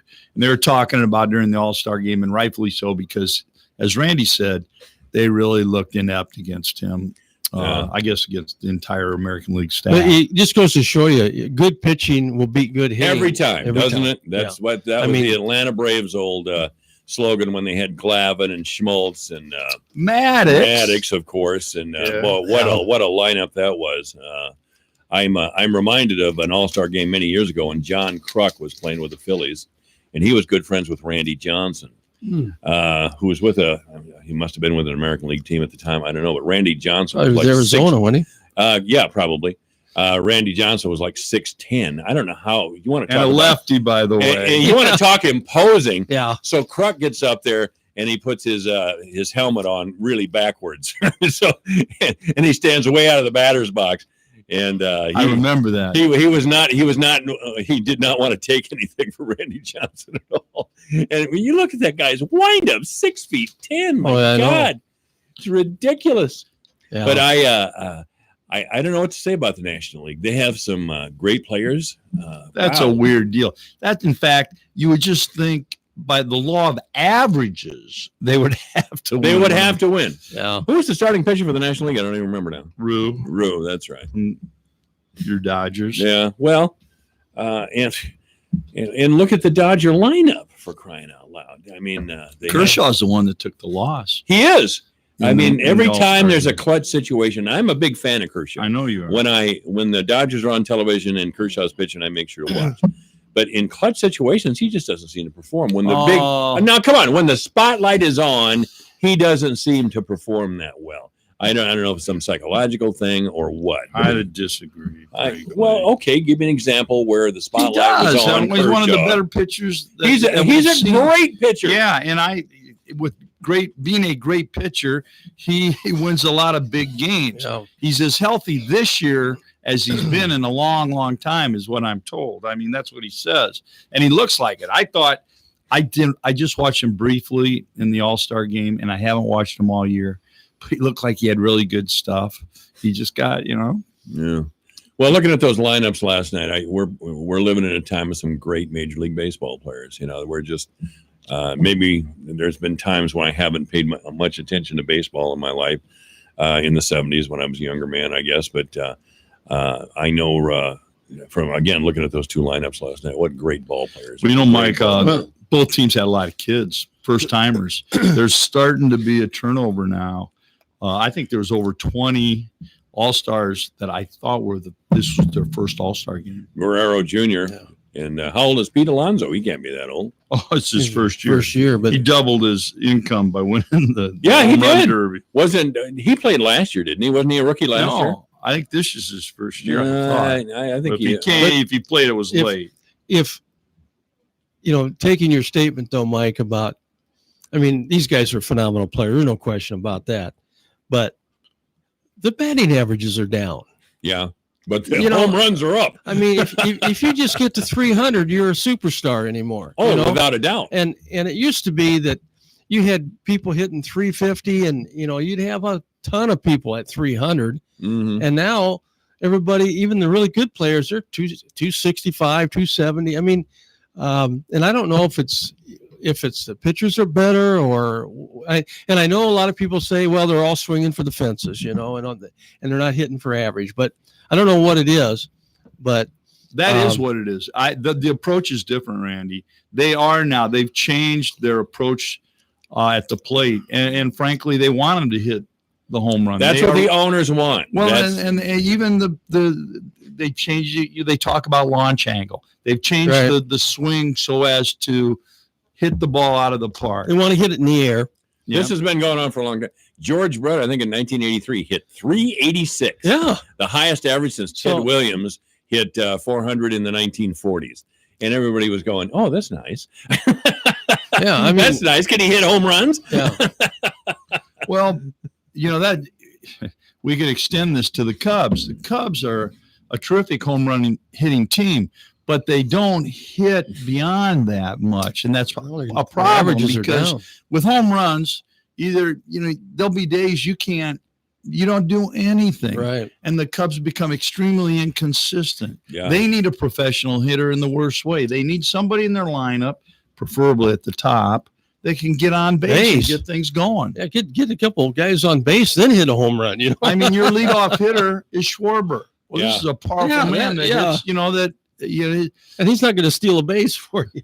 Schwarber, Schwarber's the leadoff guy. Yes, I don't get that. Yeah, he's built like a tank. Actually, moves pretty well, but he's not okay. He's not Ricky Henderson. Yeah, not Ricky Henderson, or the guy many years ago that we had lead off from the Indians. Oh, from the Indians. Remember, was it Kenny Lofton or it doesn't matter. It wasn't Ken Hubbs, but no. But and I know it's not fair really to compare players from a different generation. But when you start talking about how this was the greatest team, I would disagree. And I maybe it's because I'm getting older, but there's no Ozzie Smiths out there that I see. Ozzie, and other great players that, like you said, they're hitting 360, 380, and I know it's a different generation, it's a different era, and all that sort of thing. But quite honestly, I looked up and down the lineup, and I don't even recognize 2/3 of the names. And I admit I follow the Cubs a little bit, and read about the Twins and what have you. But it's just to me, baseball has become a game of we follow our own team only, and not a whole lot else. Well, except for a few diehards. I've always done that. When the Astros started to rise, I went the Astros. You were an Astros fan? No. I said when the Astros started to rise, I thought to myself, who are they? Oh, okay. I did. All of a sudden, here they are, a top team. And but why is it? Why is it? And maybe it's just I'm getting old, Mike. But why is it? I was never a Twins fan, but I can name you a bunch of great Twins back in the day because you just knew about them, and because we had them on the radio around here too. Yeah, absolutely. Yeah, but I wasn't listening to a lot I of bet radio. you I could name the starting lineup of the 1965 Twins, right? Yeah. I bet I could. You can't name the starting lineup of this year's Twins. I cannot. And I watch them every now and then because they're having a great year. Yeah, they're having a great year. They're having a great year. I don't. The only way you watch them is on Fox Sports North, then, right? Yeah, that's right. Yeah, and you don't get them on the radio much. I mean, I'm sure they're on, but somewhere. Yeah, even around here. I could get flattery right now, and he'd crime, and he's got them. He's got them, yeah. Sure. But I get it on Sirius. I have Sirius at Sirius, however it's pronounced. Yeah. I have that on my Alexa as well. So the day of the old great baseball announcers on radio is just about over, though. That's for sure. There were some colorful characters. God, who was that guy? I don't even know any of them anymore. Well, there was for the Cubs. There was Brickhouse, Jack Brickhouse, Lou Boudreau, and Vince Lloyd. Vince Lloyd is the guy I was Vince thinking Lloyd. of. Yeah, Lloyd was the guy I was thinking of, and the Twins was Lindsey. Come on, the Twins, Lindsey. What Nelson? Lindsey Hall. Lindsey Hall. Yeah, there was I'll tell you, this wouldn't mean anything to you guys, but when I was overseas, we didn't have television to speak of. But we would get Armed Forces Radio, and they would send Armed Forces Radio baseball games 2 or 3 days after they were played, so we already knew who won because of the Stars and Stripes. But we'd listen to those Pittsburgh Pirate games because the announcer was just terrific. He was just a down-home baseball guy, an old radio voice like this, well, they get another run. Well, who is this kid coming up now? He's just one of those guys, who talk like that. And I rarely missed an episode. Old radio and baseball may be a lost art. I don't know. Now they're all super enthusiastic. A big part of it is there's so much on TV now. Back in the day when we were growing up, there was one game a week. Yeah, the game of the week. That was it. I had MLB.com the last couple of years, but I didn't get it this year. I just didn't watch it. But why is it that there was one game a week on TV and we knew more about players in Major League Baseball than we do today? I don't know. There's all kinds of games. You follow it hard in the paper and on the radio. Yeah. You would. I mean, as I vividly remember as a youth growing up, night after night listening to Vince Lloyd and Lou Boudreau late into the night on my radio. I was laying in bed and they're playing the Dodgers out on the West Coast. And, now, the Cubs, Pat Hughes, he's a classic. He still is one of the old guard. Mm-hmm. And I just think baseball, as having done radio, sports, I think it's the hardest sport to do, and the best play-by-play guys are baseball guys because there's so much filler time. Yeah. And Vin Scully. Of course, Vin Scully. But there's a real art to it because you can't be excited the whole time. No. I mean, Vin Scully would start talking about Socrates or the history of the Civil War. You had to. Yeah. How many times we used to listen to Cub games and they start, here's so-and-so's birthday today. And this is, That's great. I mean, we're talking about the fans' birthday, not the players. The way you pronounce this name backwards, this would be Slabasushi. That's right. That's right, Harry. Yeah, it's KVFD carried the Cardinal games. I mean, Max Landis, we've talked about it before. He was a rock solid Cardinal fan the whole time. And the Cardinals. Well, Harry Carey was, and Jack Buck. I listened to Harry Carey back in the 60s. It was the Cardinals. That's and right. He was doing it. And Max Landis on this station, they carried all the Cardinals. And of course, I was a huge Cubby, and I hated Harry Carey. But then he goes to the Cubs. With the White Sox. He went to the White Sox first. Then he went to the Cubs, but I loved him once he's on your team. Harry was, you forget, but Harry used to broadcast a lot of White Sox games out in center field, sitting there having a Budweiser, With Bill Beck. Yeah. Beck brought him to the White Sox, as I recall. Yeah. And, but I mean, Harry was the classic of class. He was the perfect baseball guy. Now, look, this show brought to you by Budweiser. Just a minute. Yeah. That was good. Yeah. Drinking a Bud on the air, What do we have over there, Stoney? I'm down that left field line. The girl with the hat. Whoa, yeah. Yeah. And by the way, when he did TV with Steve Stone, that was the best. I mean, Steve Stone is still doing with the White Sox, which is unfortunate. I always thought Stoney. Is Hawk with them? Did he retire? Bit. He retired. He's horrible. Okay. Either love or hate Hawk. Hate right here. Yes. Well, I'll tell you this. I don't know if it relates to what we're talking about necessarily, but I caught an Iowa Cubs game a couple of weeks ago, and Andre Dawson was there. Oh, really? Signing baseballs, and I had my picture taken. You were at the game? I was at the game. Where, you got your picture with him? Yeah, I do. I got my picture with him, and he was sitting down. Did they arrest you after you rushed the field? No.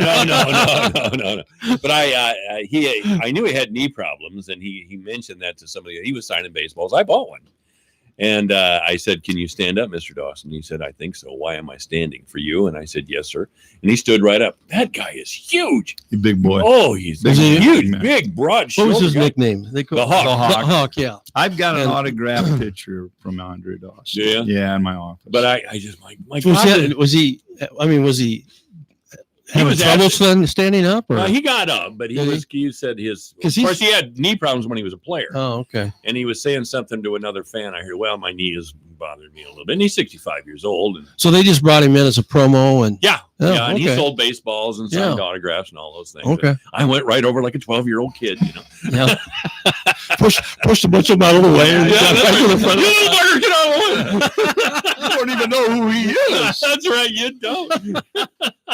But that's a great thing about baseball. I'm always 10 or 12 years old. Yeah, that's right. I do have an observation, and we just have a couple of minutes left. I want you guys to respond to it.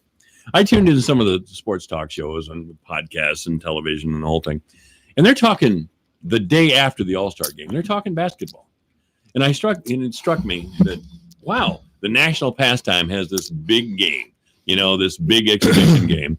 And all these sports shows are talking basketball and what's happening in basketball. Yeah, they're talking about free agency. Yeah, free agency. Yeah, that's what they're talking about. Right. And I'm thinking to myself, what? I mean, is baseball really has that now the third tier team here after football and basketball, or what's going on? Might be. I don't know. Well, here's what I'll tell you about the NBA. First of all, they're geniuses. They're talking in the last couple of days about how they have to change free agency because really it's a farce. You have this period of time that you can't tamper with other players. You can't approach them that are going to become free agents on Sunday or whatever the day may, or July 1st or June 1st, or July 1st, whatever it might be. Yet a minute after it's appropriate, it's legal, everybody's committed. And they said, well, that's ridiculous. Yeah, There's been a lot. But it's brilliant. Look at the way they're still talking about this free agency. They're still talking about the mobility and the fluidity. The fans love it. It may be a problem, but the fans love it. And the NBA now, they're talking the Clippers, all about it. It's a fast way to go from last to first. I mean, you sign a couple studs. I get a big kick out of it. Yeah, I enjoy it as a fan. Yeah, I really do. We'll talk about Kawhi Leonard going to the Clippers, but the team to watch in the future, I guess, is going to be the Pelicans. I mean, they gave up a great player, that's for sure, but man, they got a lot in return. But so does Oklahoma City. Yeah, Nevin's guy Westbrook wants to leave Oklahoma City. Yeah, he's an interesting guy. I've listened to a lot of talk this week about him. I think he's really misunderstood. People say, well, he's polarizing. You can't play with him. People don't like to play with him. Yet, when I talk to people that know him, they say just the exact opposite. You talk to, and not that I've talked directly to Nick Collison, but I talk to people that are very good friends with Nick Collison, and Nick Collison will tell you he's the best teammate he ever had. Is that right? Yeah, he loved Russell Westbrook. I mean, this is a guy. Westbrook showed up at his retirement party, didn't he? Right. In Des Moines. And he's an incredible loyal guy. He stuck with Oklahoma City through thick and thin when everybody was leaving. He says, I'm staying. We're going to make this into we're going to win a championship here. I was able to persuade Paul George to come there and play. Of course, then George bails on him. Yeah. Months later after they have a big party when he renewed his contract. I don't know. I think he is, though, somewhat misunderstood, but he is a hard guy, I think, to play with.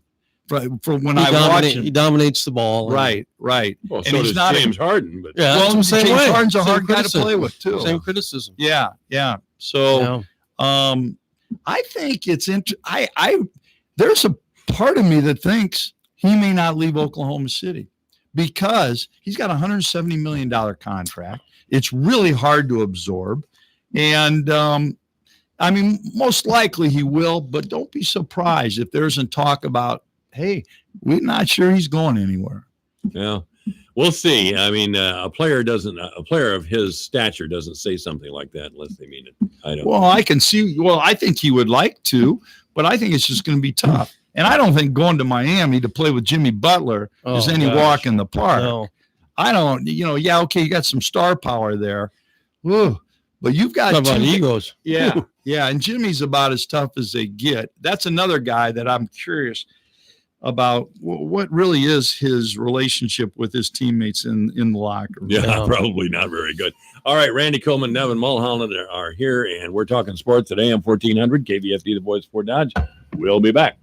Divine Intervention is online at yourfortdodge.com, on Twitter at JMike1400. What if I told you there was a way to step into another gear for your brain and be much sharper, more focused, and improve your memory to a level that you could only dream about, and notice these results in 30 minutes? Hard to believe? Neuroscientists are calling this new brain discovery the biggest advancement in brain science to date. It's called Limitless, the brain pill of the future. Take it, and within 30 minutes, you'll transport your mind to a new level of focus and clarity you would have never thought possible. I took Limitless and it started working in minutes. All of a sudden, it felt like a dark cloud had been lifted up right before my eyes.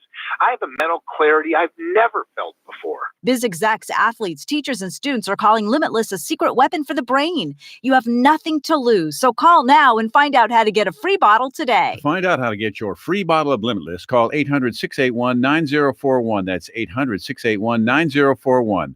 Free bottle for a limited time. Call now, 800-681-9041, 800-681-9041. Michael Devine, the mayor of Manville. It's a fancy title for a part-time job. Michael Devine at AM 1400 KVFD. This is AM 1400 KVFD, the voice of Fort Dodge. I'm Michael Devine, back with Randy Kuhlman and Evan Mulholland, and we're talking sports, of course. Just before the break, we were talking about, basketball, and if we're going to talk basketball, we have to talk about the ridiculous money they're paying some of the players, don't we? I mean, who's going to be the first $500 million player? LeBron's already there. Is he all right? Well, let's go to $1 billion then. Who's going to get $1 billion for their career, for God's sake? Well, Kawhi's kind of, the fact that Kawhi only signed a 2-year contract with the third player option year is interesting. He's getting close to $34 million a year, I think. $34 million. Yeah, but only to do 3 years. So it allows him to go ahead and after 2 and sign a new contract. Yeah.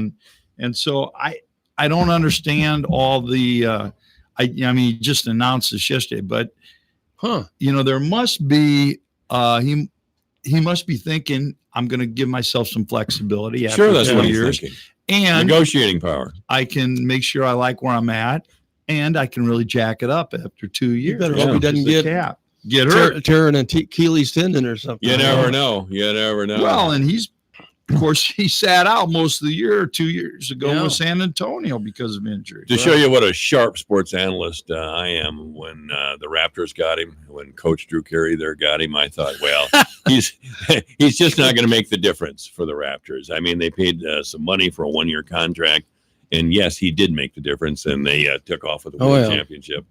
And they were an amazing team. They really were. But that was one of the gutsiest moves I've ever seen. It really was. After him, I thought, oh my Lord, that because I just thought he'll never stay in Toronto. And exactly, you get 1 year, and you're giving up your best player and a couple others to get him. Yeah, I mean, what a gamble! Who did they give up again? Who was their best player at the time? DeRozan went to DeMar DeRozan, yeah, right. And it was just a really gutsy move by Ujiri or whatever, and wow, it paid off. I mean, but it did. That's where free agency again, though. I mean, it's a 1-year deal, but that was a trade. Was that a trade? Yeah, it had to be a trade, wasn't it? Or not? It was a trade. Yeah, it was trade. But he only had a year left. And, in the NBA, unlike football, even though if it's quarterback, that's one thing, but the NBA, one player can make such a huge difference. Yeah. And they were willing to say, we'll take you for 1 year, and if you can win us a world championship, because they already had a good team. Yeah, they did have a good team. But I didn't think one guy like Leonard. And I know. But he performed so well. I mean, he was as cool as could be down that championship run. I mean, he was. And they said that his attitude transitioned to the whole team. They kept calm. They kept their poise. They didn't panic when things were down. I mean, they were down 3. What were they down? 3-1 or 3-1? 3-1 to Milwaukee, was it? Or no? They were down. They won 4 straight against Milwaukee. Yeah, they did. They were really in the hole. Yeah, they were. And they came back and won 4 straight and moved on. But yes, they did. And I didn't think they shot against Philadelphia. Yeah. To Leonard's shot to win in the corner. game. Come on. Yeah, it was. course, there's a little luck in that, but happens. Oh, sure you gotta have some luck. I want to get back to baseball and the juice ball controversy here in just a minute, but we got to talk KD. KD goes to where? Brooklyn. Right. Wow. There was a pile of money there as well. Is he going to make the difference in Brooklyn? Not next year. Yeah. He's going to be sitting on the bench rehabbing. Is he still? You think he'll sit out? Why would they sign him if he has to sit out a whole year? That's because he's that good. Yeah. They want him for the year after. But there's no guarantee he's going to come back with a knee screwed up like that. It's Not 100%. Achilles. Okay, I'm and sorry. they're confident. I mean, that's how good he is. Yeah. They're willing to take that risk that he will be back to 100% the following year, but he will not play next year. Yeah. They won't screw But it. it's interesting, they also got Kyrie Irving, and everybody thought everybody was going to go to the Knicks. Yeah. And a lot of people thought, well, Kawhi is going to go to the Lakers. And all of a sudden, interesting enough, the other team in the same cities got him. They all, did. which is kind of The interesting. B League teams. Yeah. I mean, the New York Knicks. In the Garden, in the biggest city in the country, a premier team supposedly, and they've sucked for years. Yeah. Well, and that's why these two guys are at Brooklyn, is because they're dysfunctional. The Knicks are. Yeah, and Kenny Atkinson's the coach at Brooklyn. They love Kenny Atkinson. He's extremely well respected, as is, frankly, what's his face now with the Knicks. I don't know who's with the he's Knicks. at Memphis, and he got fired. He's been a long-time assistant coach. Fizdale. Yeah, Fizdale. Okay. And but as an organization, there's a lack of confidence in the Knicks. And by the way, Brooklyn's become a hot area as a city. They are Brooklyn has. People are flocking to Brooklyn to live and Can't afford to live in Manhattan. But they're Well, that's really for sure. and it's a great arena. I've never seen it, but I've seen it on TV. But Well, we're talking about the money is in television. I wonder if the Brooklyn Nets are going to be able to get on television like that. oh heck yeah. Well, if they will, if they start winning, and they have well, the NBA has always been about superstars. If you watch them market the NBA on television, it's Kawhi Leonard and Toronto Raptors. It's LeBron James and the Cleveland Cavaliers. It was always Michael Jordan and the Bulls. I mean, and that's like a heavyweight and maybe that's the brilliance of the NBA is from a marketing standpoint is they understand that it's about the superstars. They're the ones that are selling the tickets. I look at that Adam Silver, and he would be the last guy that you would think. Where did that guy come from? He And looks like one of those demons we used to see in the old Catholic church. No, or he looks like somebody off of Alien. Yeah, that's And I right. saw him at a summer league game a couple nights ago, and he's just a little skinny guy. He's Oh, yeah. wearing a little polo that's just kind of hanging on him. Mr. Polo Spock shirt. ears and all that. Yeah. But I tell you what, he's pretty well respected, and he doesn't He is. seem to make too many mistakes. He's the one commissioner that doesn't get booed when he comes on the stage at the draft time. What was his background? It was he was an executive with them, right? Well, he was trained as an accountant, wasn't he? Or yeah, I think so. He was, and he's worked his way up. Through Yeah, the- sure. yeah. The guy that really set up the NBA though is David. Is it David Stern? If I Yeah, remember Stern, right? yeah. And I mean, he's the one that kind of directed this whole thing, and then Silver came in on his coattails, and Stern wanted and kept Silver, it I going. think, Yeah. as I recall. Anyway, I want to move to baseball. Back Well, to then I baseball. want to stay on basketball All for right. one All right. second That's here. fine. Okay. That's fine. No. This Randy, but we should talk about this. This week, Lewis Lloyd died. Yes.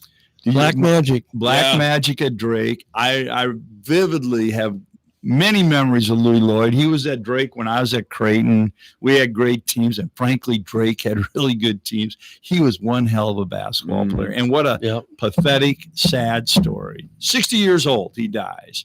And he came out of Philadelphia, and he was a big deal. He was a big deal. He reminded me of, I would compare him to Charles Barkley, only a much better shooter. But he had that kind of body build and had these long arms. And you go, but he was a heavy kind of guy. You go, well, come on. Yeah, and but then he'd go get 30. He'd average 30 points a game for Drake. Yeah. And it was just, yeah. And I think from what I read in the article, wasn't it the implication was that it had to do with some type of drug or substance abuse. He fought that for years. Yeah. Just so And sad. I don't know if he may have been broke by this time too. I don't. He know. was broke before he got out of the NBA. Was That he? was Yeah. always the story. What would happen is he had a huge following. Posse. Okay, He had a posse. Yeah. a major posse, and I knew the guys that tried to manage his finances for him down in Des Moines, and I would talk to them. They were attorneys. Well, Jerry Crawford, and it was just impossible. He would, if he'd go on the road, he'd take about 15 or 20 people with him. He'd buy everything all the time, put them in the hotels, and they totally took advantage of them. Of course. Well, that's what happened with Ali and a lot of great sports figures. But I do remember seeing an ESPN special probably 10 years ago about major athletes who signed contracts for millions and millions of dollars and then lost most of their money. Yep. And a couple of them described how they lost their fortunes, but a couple of them also said, my advice to you, young player, don't get married.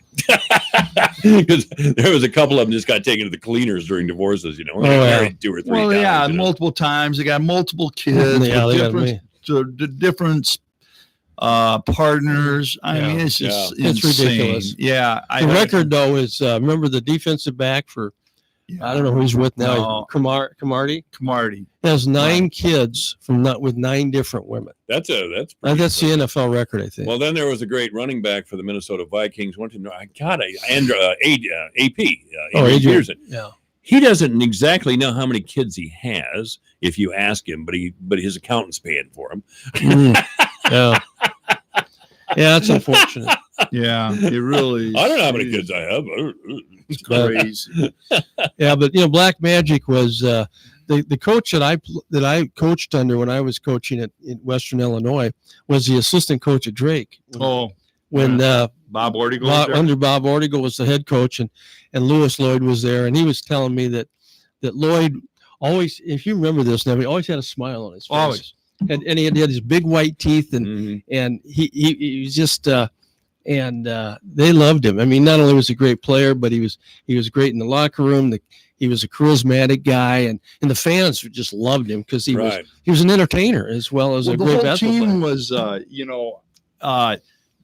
was, it was a very entertaining team. Pop Wright was on that team. Yeah. And Pop Wright, well, you talk about a guy that was smiling and talking during the game. We'd be at these games at Creighton, and Drake would come in, and Pop would walk out, and he's running his mouth right out of the chute. Always had a smile, and for anything that you might say to Pop, he had a better comeback for you. And it was great theater. Drake was a fun, and Bob Ordigal was a charismatic guy too. I mean, and they were playing at that time. They were playing in the old barn, and at Vets Auditorium, and they were drawing. They were drawing well, Drew real well. We would drive over from Omaha for every Drake Creighton game. We'd go over there, and it's a heck of a rivalry, and it was a heck of a lot of fun. And that was a basketball fan, true blue for a long time. But I mean, I was a big fan of Louis Lloyd, so when I read this article, I thought, how sad. It really is sad. So he lost all his money. Did he? What did he die of exactly? Well, the implication in the article was it was drug related. Well, that'd wear your body down. Yeah, you've seen heavy drinkers. God, they just don't. Look No, so. Anyway, I'm sorry to hear that. A guy with a lot of talent like that. I just think people that followed basketball back there in the late 70s would remember Louis Lloyd. Oh, yeah. And Drake basketball. So, by the way, if you're wondering why I'm not talking about the women's soccer teams, because they gross me out. I'm not speaking for Randy and Nevin, but they just gross me out. That's the end of that story. Okay. Well, what about equal pay? Yeah, right. Yeah. When you start earning equal dollars, or when you stop getting beat by 16-year-old boys, teams consisting of 16-year-old boys, I'll talk equal pay with you. What? That's a no-brainer. What do you mean it's a no-brainer? Don't even. The coach said it. Their coach said it. Yeah, their coach said it, that they play games against 16 and 17-year-old boys and get beat. Now you want equal pay? Okay, so what are you? Listen, it's all relative. At the end of the day, how many hundreds of thousands of people are you putting in those stadiums? And is the commitment of time the same as the men? Yes. And yes, come on. Well, if the revenue generated is similar, fine. If it isn't, here's what it is. I just heard it last night on the news. 200 million estimated generated by the World Cup for women. Okay. The men's World Cup, $4 billion.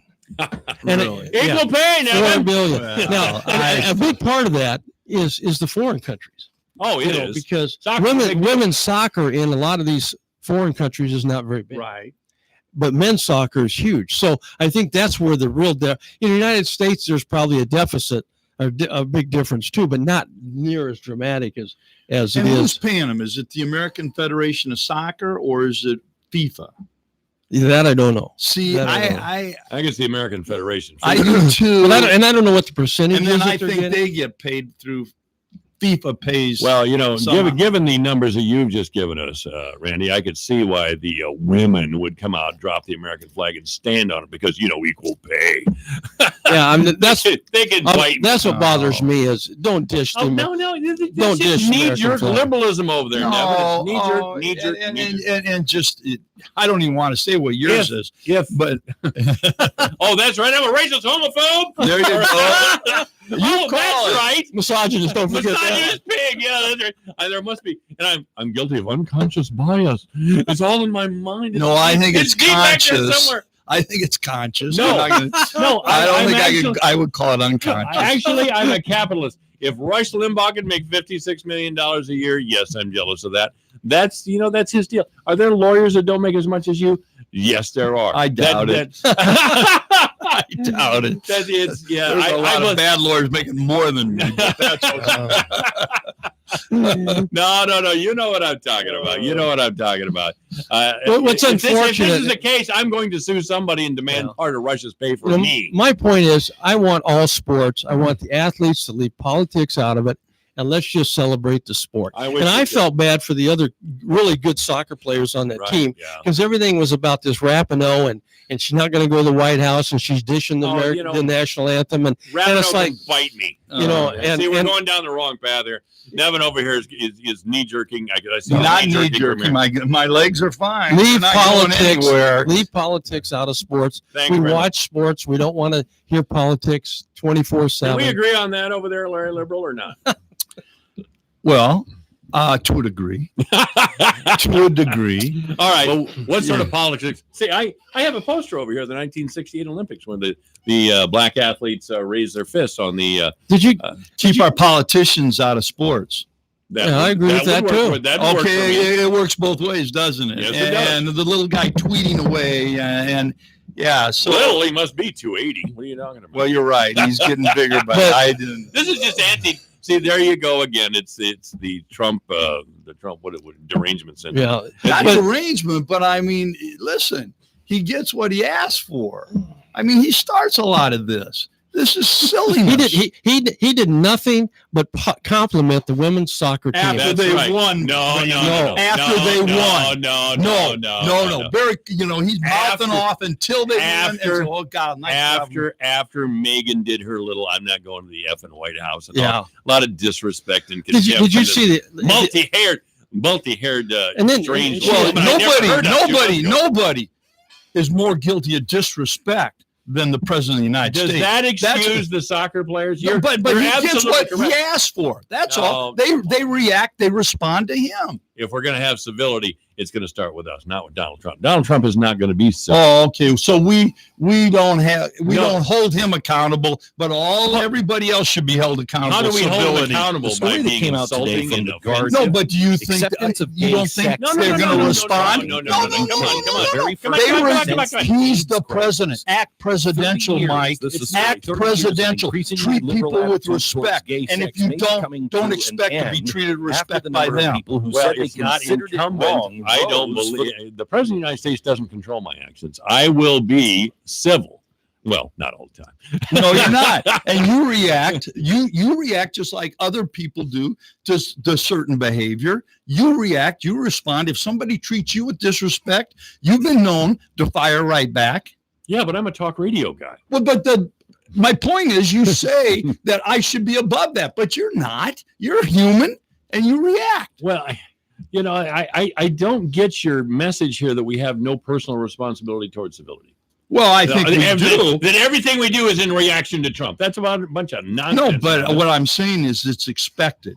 I mean, it'll happen. But in this case, you can't hold certain people to one level of behavior, and yet when you're the president of the United States, you're not held accountable for your behavior. I think we got him worked up over there, Randy. I think but in this case, they dished the national anthem, and they did this. Yeah, they did before Trump said Trump. it. Then Trump responded to them, Wow. and to me, I don't care who you are. If you're wearing the American uniform, you don't go out and dish our country. We're the greatest country in the world, and you just don't do that on a national world stage. Trump is not the country. Obama wasn't the country. Bush, all the way back. Right. They're not the country. They're the president. And last night, I don't know. Did you watch the ESPYs last night? They're not the country. Did you watch the ESPYs last night? No, I didn't. Okay. Ever since Bruce Jenner got out, It was a good. Other than Tracy Morgan telling the worst jokes in the world, they got no laughs. But everything was. They were recognizing. They had the Valvano Award, and they had the what's the basketball announcer? Not Jim Gray, but Scott? No, the guy with all the multiple coat colors that died of cancer. They had his award from Atlanta. Yeah, and they had these great human interest stories about sports. Everything was so classy, and then the soccer team wins the team award. Right. Okay. And the one representative, her name is Morgan. I can't think of her last name. Morgan. Really attractive young lady. She was on the soccer. She was athlete of the year, female athlete of the year. And she gets up there, class act all the way. Said everything was perfect. And then they bring the whole team up, and Rapinoe has to step up at the end and say, "Well, I guess I won't say the F word tonight." It's like, are you kidding me? This has been a class show all night long, and then she gets up there and does a derogatory comment like that, and then laughs. She didn't say the F word. No, but she brought it up. Okay. Boy, that's a low bar, Nevin. Well, no, but Jesus, she could have went up there and not said anything, and you would have found something. To No way. her about. No way. Don't give me that. That's a trashy remark, Nevin. That's a trashy way. remark. I'm not going to defend her on everything. No, well, okay. no, and I'm certainly not going to defend Donald Trump most of the time. Well, compared to the Democrats right now, I mean, they're horrible. About what? Oh, well, gee, let's see. No. Give me a break. There's such a long list. Check out the comments of Representative Maxine Waters or Representative Ilhan Omar or Ocasio-Cortez or even Nancy Pelosi. They're terrible. What happened to our sports show? I know it went downhill. Yeah, well. Nevin got all carried away with politics, and he just. Well, the problem was it gets brought up in sports, and that's one of my I points. should have never brought it up. Should I? Should have never said soccer. Let's celebrate the soccer team and forget about the politics. Well, you know what? And let's just end right here. But you talk about what a class show it was. Part of that show was very political, and it was about Bill Russell. And what a great story that was. What a great story. They went into depth about that, about what a great man he was and how he stood up for his black brothers and how he was the first man to refer to himself as black. And they spent 5 or 10 minutes recognizing him and going through his career. And at the time, Randy, that was a very certainly was very political, and it was very controversial. Bill Russell in his day was extremely controversial. And Bill Russell made a difference in this country as an athlete, and using the platform that he had as an athlete. That's what I think. Was civil rights. Well, sure, civil rights. But it's the idea that we think our athletes, when they have an opportunity, they have a platform to do something that they're just not supposed to be heard from. I mean, Bill Russell is a great example of that, and he made a difference. Well, Muhammad Ali changed the country too. But remember, Muhammad Ali was extremely controversial and despised by many. Absolutely. And he was ready to go to jail for his conviction. Mm-hmm. Boy, you show a jail cell to old Megan here, and she's going to run back to Redding, California so fast, you'll never know what happened. You will never see her again. That's real conviction. You can take great issue with Ali if you want it. I did. I thought it was cool. My At point. the time, you thought, and it I was would cool? agree. I did. I didn't understand. I didn't know what Islam was, Nevin, and neither did you. No, but I was not an Ali fan at the time. I felt he was un-American. I was a young man. I didn't get it, and I really did. He's not going to. Why is he not being part of the draft? Where does he get off when everybody else? You know, yeah, and I did. And it was only many years later, after reading and understanding, I go, oh, okay, now I kind of get it. But here's one thing Bill Russell didn't do, though, Nevin, was he didn't disrespect the flag. That's right. He didn't. He didn't kneel at the national anthem. He didn't do all that kind of stuff. And he was still a great advocate for civil rights. And it was. He was a dignified man, and Ali had his Right. own dignity. They weren't uncouth boors. Well, people would tell you Ali. Was I don't know not how. necessarily Yeah, he wasn't all that dignified, dignified. If you listen to him, and I admit I probably felt the same way that you did. I mean, Ali was heavyweight champion when I was 12 years old or something like that. But when I got into my late teens and I started to listen to what he was saying, it changed my mind. I mean, I could see his point, I should say. Then I read that great book by Howard Cosell, the first book that he wrote. And I can't remember what it was called. But anyway, we have to go. I really appreciate you guys. Thank you for your input so much. Hey, that's some real great sports talk. Well, not the last 9 minutes, but before it was great. And sports has become politicized. I try to avoid it here, and we try to. Unfortunately, I think every part of our society has now become politicized at every level. Well, I mean, right or wrong, Right. it's unfortunate. I do think it'd be much easier if it was. If a waitress in New York can spit in Eric Trump's face as a political act, I guess we've all become politicized. You never know if a waitress is going to be a warrior for truth or some damn thing. Anyway, Nevin Mulholland, Randy Coleman, this is AM 1400 KVFT. Thanks, guys. From tuning an engine to replacing a fuse, you can learn it all under the hood. Heard every Saturday afternoon from 2 till 4 on the voice of Fort Dodge, AM 1400 KVFD. The roof's so high, I know my life. The plane was headed to Australia when it got bounced around southwest of Honolulu, diverting to that airport and landing safely. Nearly 36 injuries reported. President Trump about to announce something on citizenship and the census, possibly an executive action. Though it's not clear if the goal would be to force a citizenship question on the 2020 census, which is already being printed. The U.S. Supreme Court recently sent a legal fight over that back to lower courts. The ACLU already threatening new legal action if the president takes executive action on the census. The Dow tops 27,000 new highs, fueled by the Fed chief's hint to Congress about interest rates. What investors heard is, yes, you're going to get a rate cut, 25 basis points at the end of the month. That is obviously not what he said verbatim, but that is what we are seeing in the markets. Fox Business Network's Deirdre Bolton, the Dow up 228 to 27,088. This is Fox News.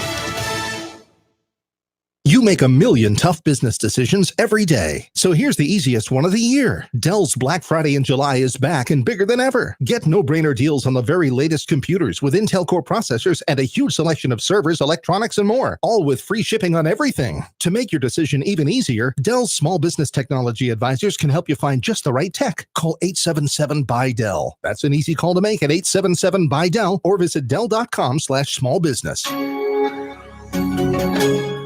This is Carl on his motorcycle. Let's ride till we run out of gas!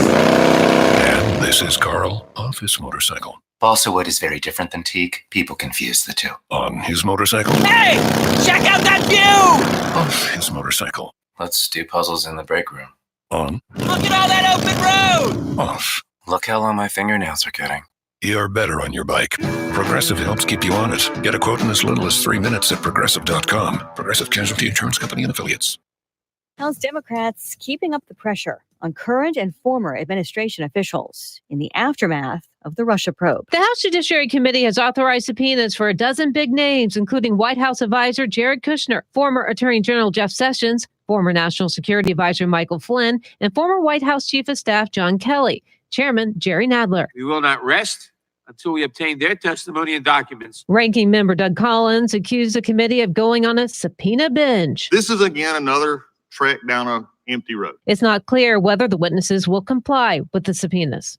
In Washington, Rachel Sutherland, Fox News. The confirmation hearing now set for for next Tuesday on the president's pick for defense chief, though acting Defense Secretary Mark Esper still hasn't been formally nominated yet.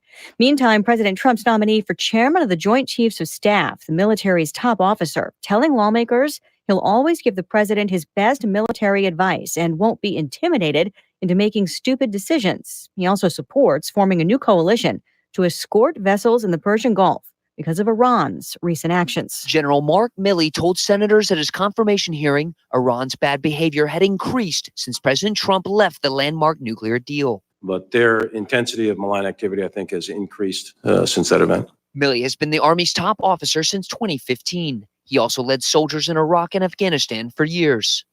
Terrorist organizations, terrorist supported organizations killed my soldiers when I was in Iraq. So they've been a malign actor for many, many years. At the Pentagon, Lucas Tomlinson, Fox News. Twitter users around the world wondering what just happened after an outage for nearly an hour that the company is blaming on an internal configuration change, a disruption that appeared to affect both web and mobile app users. I'm Lisa Brady. This is Fox News.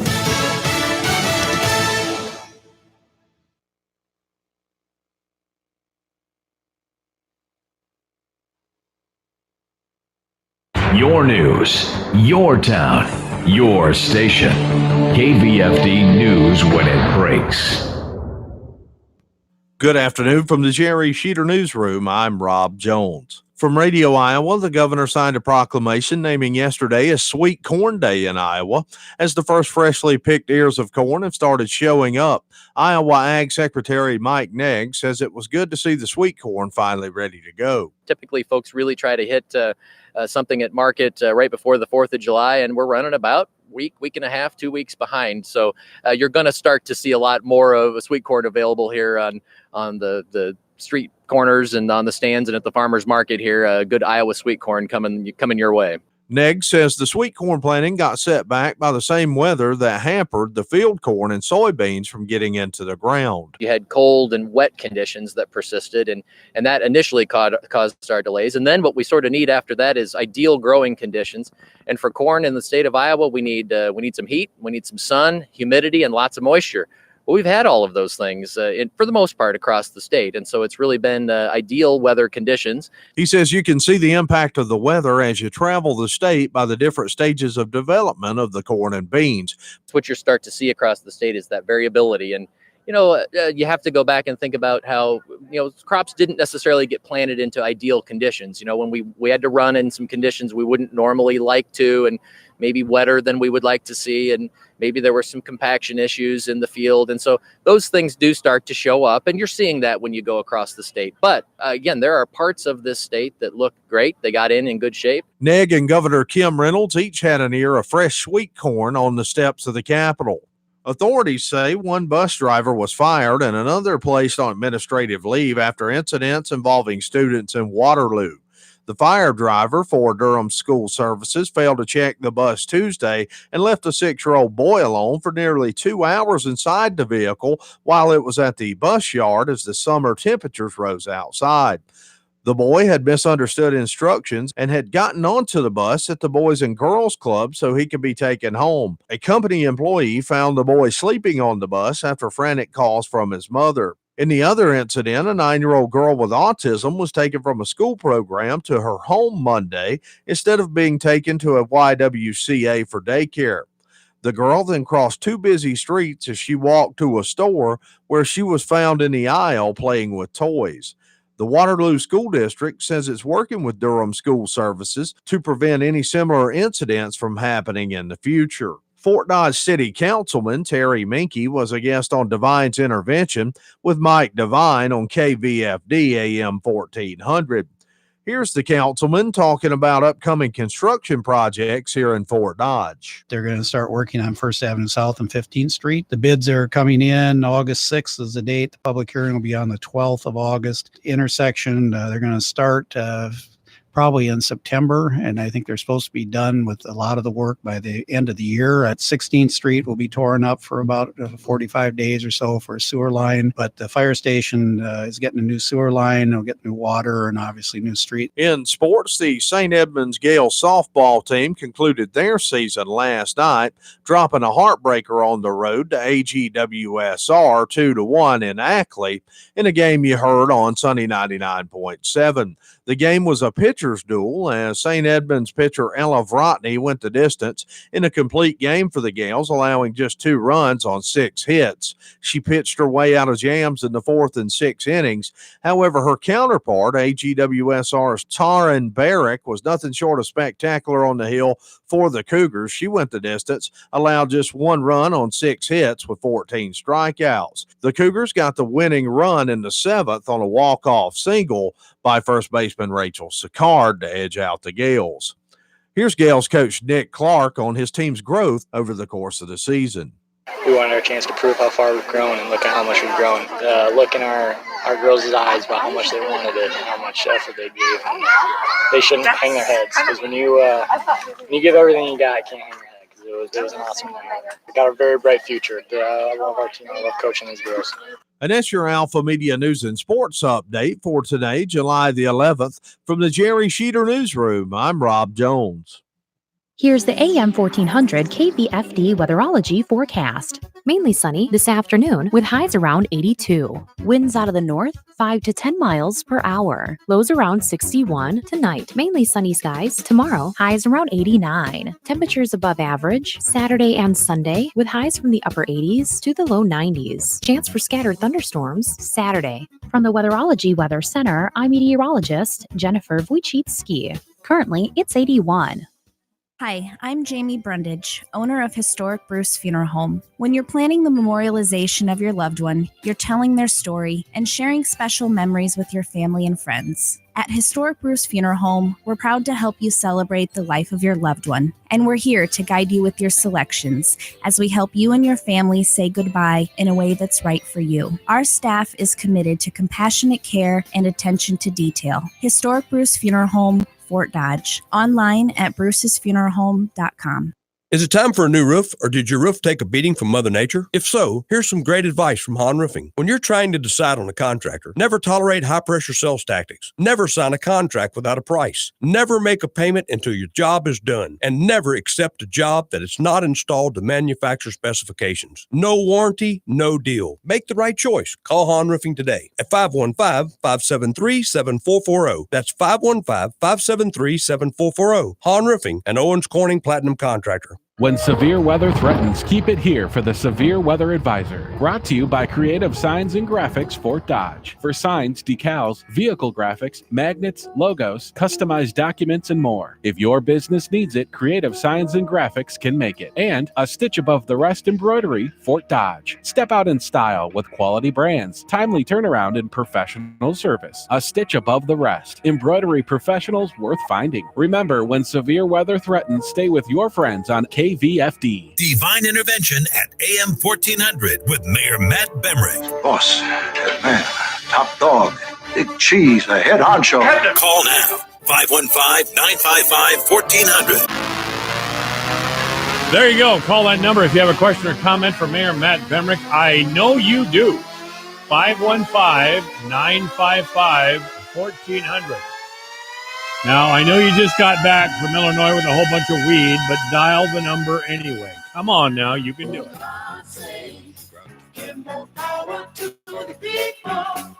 All right, we welcome to the program Mayor Matt Bemrick. How you doing there, Matt? I'm good. How are you? All right. Yeah. All right. You having a good summer, or what's happening with you? Yeah. It's been a good summer. All right. Are you going on vacation, or? I got a couple things coming up. Got a couple things coming up. A couple things here and there. Well, I was talking with Nevin and Randy earlier today about I'm taking tomorrow off and Monday. Nice. And I just had a few days off over the 4th. But in this company, I mean, they're generous with their vacation days, but you either have to use it or lose it, which always makes older men cringe a little bit, but that's the truth. You have to use it or lose it. Use it or lose it. That's right. So, and now at the last city council meeting, what did we do? I wasn't actually there Monday. You weren't actually I there wasn't. Monday. Mr. Flattery was the mayor pro tem. Well, the mayor pro tem, Mr. Flattery, acted as the mayor that evening. Why is Dave mayor pro tem?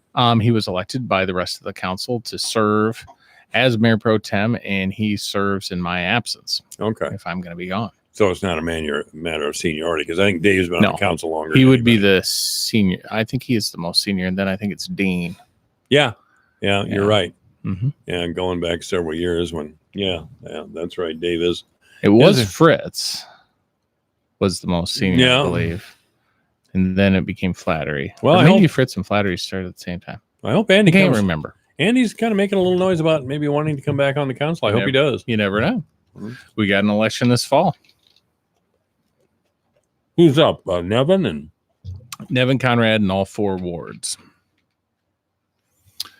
Mike's eating cookies, I am. ladies and gentlemen. I was hoping you'd be a little more lengthy in your answer there.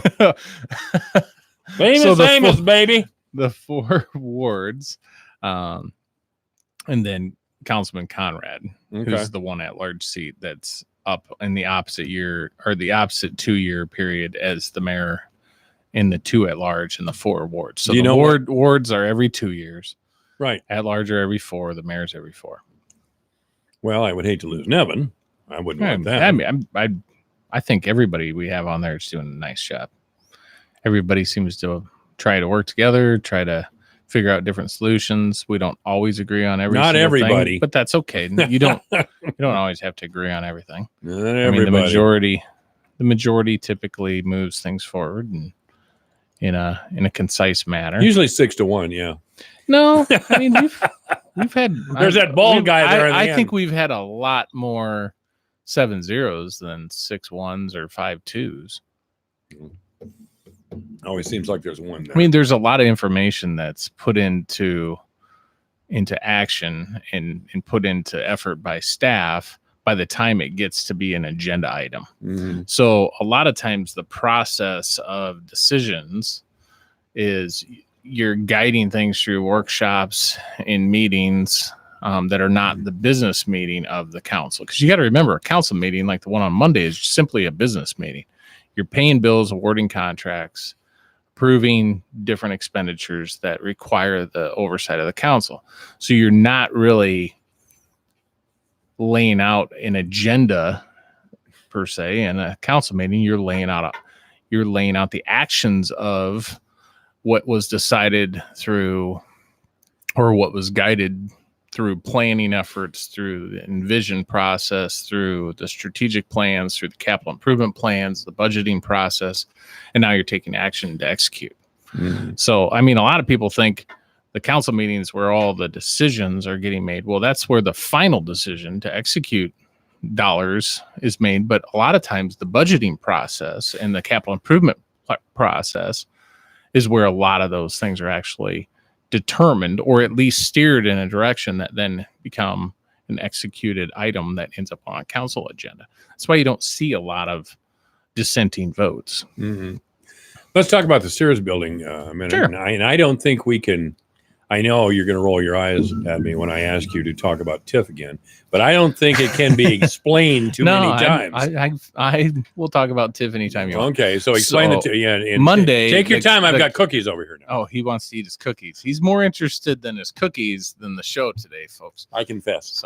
So what the council did Monday night was add the physical property, the description of the property, both the land and the buildings of the Sears parcel, which isn't part of the mall. It's a separate portion, even though it's connected.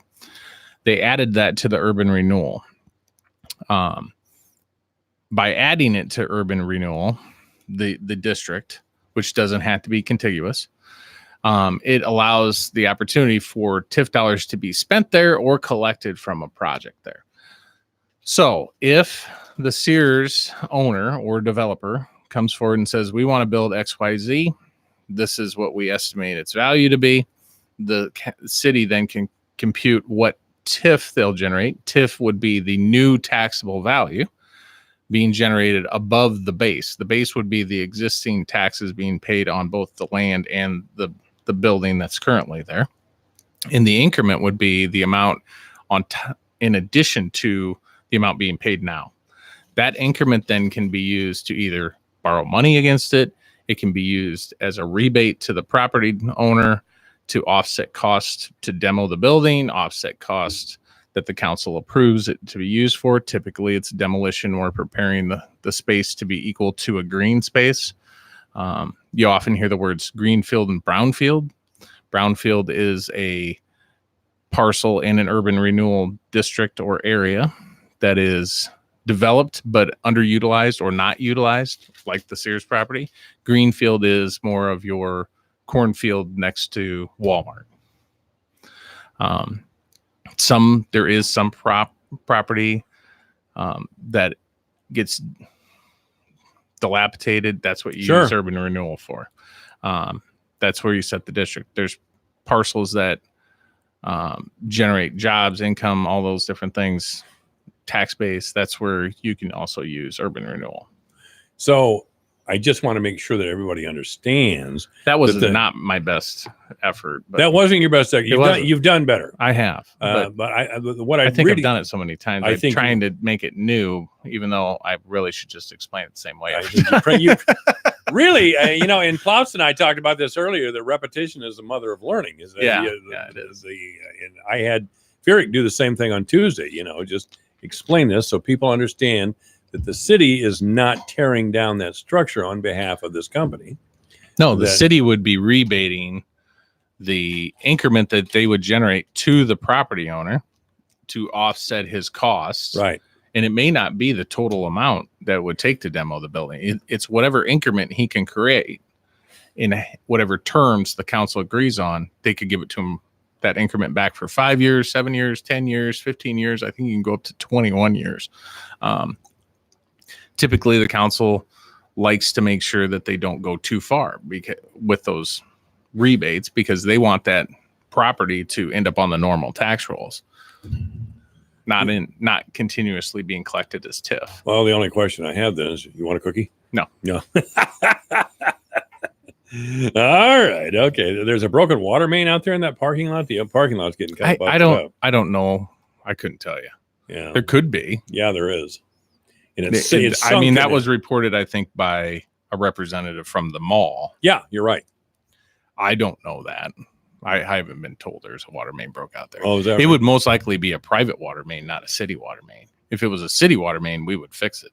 Well, that's what it's most likely an extension from our main to their building, and it could be valved off. It might be broken, but it's not like it's spewing water. No, I'm not saying that. Yeah. And I think the mall employee that you referred to was telling us that, this wasn't a city thing. It was I wasn't there. So yeah, I'm not 100% sure on how she portrayed that. But yeah, I'm not sure. There could be a water main broke that's going into that old Sears building, but most likely anybody redeveloping that parcel in any way, shape, or form is going to put new utilities in to serve whatever they're building. They're going to try to tie into that stuff. Do you know if the Blessing company, which I understand is in Missouri, has any plan to build after the demolition? Or well, in order to get increment, they would have to. They're going to have to build. They would have to build something that would create increment, or they get nothing. That's what I think. We've also tried to explain that a couple of different times, and I know I have at a council meeting. If they go out and go to a bank and say, we're going to tear this down and here's what we want to build, and then they tear it down and they start building something, but then they don't complete it, they would get nothing from the city in the way of TIF. They would get no increment because they haven't generated an increment, right? They don't have any new taxable value. There's no increment being created. There's nothing to give them. Do you have any idea what kind of structure they're going to build? I do not. I know there's been some gossip about things that they might build, but have they presented like, here's our plan to build? Not to me at least, or to the council members. They may have talked to city staff like, hey, we might build like a 5,000 square foot over here, maybe a 12,000 square foot, something over here, but we would need to go lease those spaces before we build them or whatever. They probably have concepts, ideas, things they would like to do. But first we did the letter of intent saying that we would use tax increment to help offset the demolition. Now we've added the property to the urban renewal maps in the district, making it eligible to collect TIF. Now they would need to bring a project forward. But you got to remember, we also added language to that memorandum of understanding, the letter of intent, that they have to meet a master plan. So we don't run into the Hutton Herzog issue that we ran into before. Right. Where Hutton was going to build this, Herzog didn't want him to, and we ended up in a legal issue. So now we put language specifically in the MOU that says it must meet a full master plan of the redevelopment of both the mall, if the mall is to redevelop, and the Sears property. Are the Herzog people? It needs to be cohesive. Are the Herzog people still involved in that mall? They're there? out. I thought they were out. Yeah, they sold to a company called Namdar. Namdar, based out of New York. New York. Okay. But they're actually an Israeli company. Jesus. Traded on the Israeli exchange, but their offices are based out of New York for their U.S. operations, I believe. Wow. And they're a real estate holding. They do a lot of different things, I believe. So getting back to the old Sears building, is there, I suppose that we told them we wanted a certain size building, so they just don't build some little. No, they would need to show like a layout of where they would place buildings, so that if they wanted to modularly build one or two small ones and then build a larger one, how they would configure those, so that we can make sure that we don't run into that same issue again. Just as long as we still have the J. Mars cruise every summer. AM 1400 KVFD, good afternoon. You're on the air with the mayor. Oh, well, J. Mars is great. I always enjoy going to that. That's right. Hey, everybody was pointing at me, telling them to call. So we want to know why it is when you had Fifth Avenue South closed and you built the new turn lanes there at 32nd and 31st Street and put in the new pavement and all that stuff. Nobody bothered to decide to fix the bricks that are all in the big hole at 31st Street. The bricks in the big hole at 31st Street. I guess I don't know. In other words, the walkway that you have to make all these pretty bricks to make the city look pretty. Yeah. They cave in all the time, and the ones at 31st Street, you fall through a big pothole every time you go through it. Everybody wants to know why they didn't fix that when they had the street closed. I don't know. I honestly don't know the answer to that. I didn't know that was a big pothole. Are you talking like on the west side of the intersection of 31st, like by First State Bank there? It's in the right lane going eastbound, I think. That's what everybody's So pointing at. eastbound, right there where you would turn right to go to like the new Quick Star and First State Bank. Yeah, and Oh. I think it's on the east side of 31st Street. Well, the simple answer to that question, which I would imagine I'm going to get if I ask this question, is the people doing the street work were not contractually obligated to do that portion of work. That wasn't in their contract. It wasn't in their scope because it wasn't designed to do repair work. It was designed to rebuild the intersections and move towards the east. That would most likely, that repair work would get done either by a subcontract or it'd get done in-house by city crews. So, I mean, I can report it and say we need to get that fixed. But the reason they wouldn't have fixed it in the contract work is because their contract wouldn't have been relevant to that problem. Okay, they're that telling make me sense? to ask you why wasn't somebody overseeing that project and happening to notice it and then have a crew out there to fix it so the street doesn't have to be closed again? I need to interject here just for a moment. Now, the people who are telling you this, they aren't voices in your head, are they? No, I got about 4 buddies. sitting All there in the right, garage okay, we here wanted that to are make kinda sure. pointing at me. Okay, so again, the engineering company that would have been hired to do the design to do that stretch of street reconstruction, their job is the construction, not go look at this other thing or go look at these other things. That's stuff that the city workers. Any of that when there's somebody else is doing a project? I'm Don't sorry, we what have was that? somebody out there to kind of keep an eye on what's going on? Well, we have an engineering company that's been hired to oversee the construction that they've been hired to design and oversee. Their job isn't to go identify other problems adjacent or down the block or around the corner. That's typically either reported through a nuisance, reported by a council member, myself, a citizen. It could be reported by some other engineer that'd say, hey, I happen to notice this is messed up over here.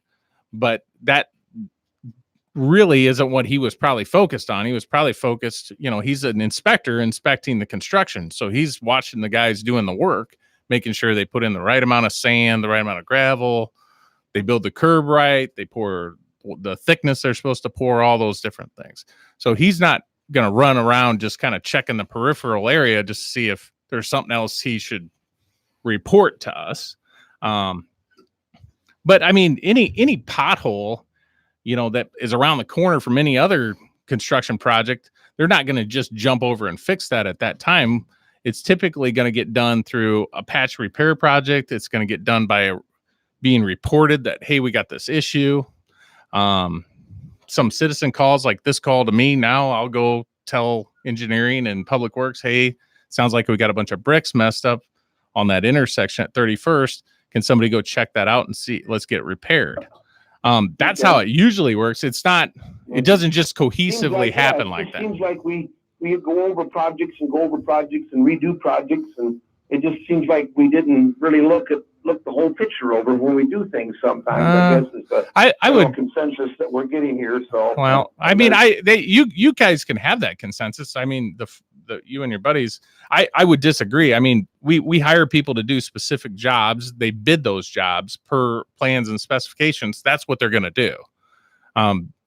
If we want to change order something in because we find something relevant that they could do adjacent to it or around it, that's awesome. That's a win-win. But it's not always going to work perfectly like that. I mean, it just isn't. And I don't think that's a unique to Fort Dodge circumstance. I think that's probably going on anywhere in the country. I think that's probably a lot. You're right. Like I said, that was our thought. It is. We have to do things 2 and 3 times, and then the cost adds. No, I don't think we do things 2 or 3 times. At the tax bill that we're all paying on our properties these days, which is getting pretty scary. Yeah. Well, I would like we're not efficient in Fort Dodge with no, the use of our dollars. I would spread it around. I would completely disagree that we're not efficient with our dollars. I would completely disagree with that. I would challenge you to show me where we've done something 2 or 3 times. Where have we done that?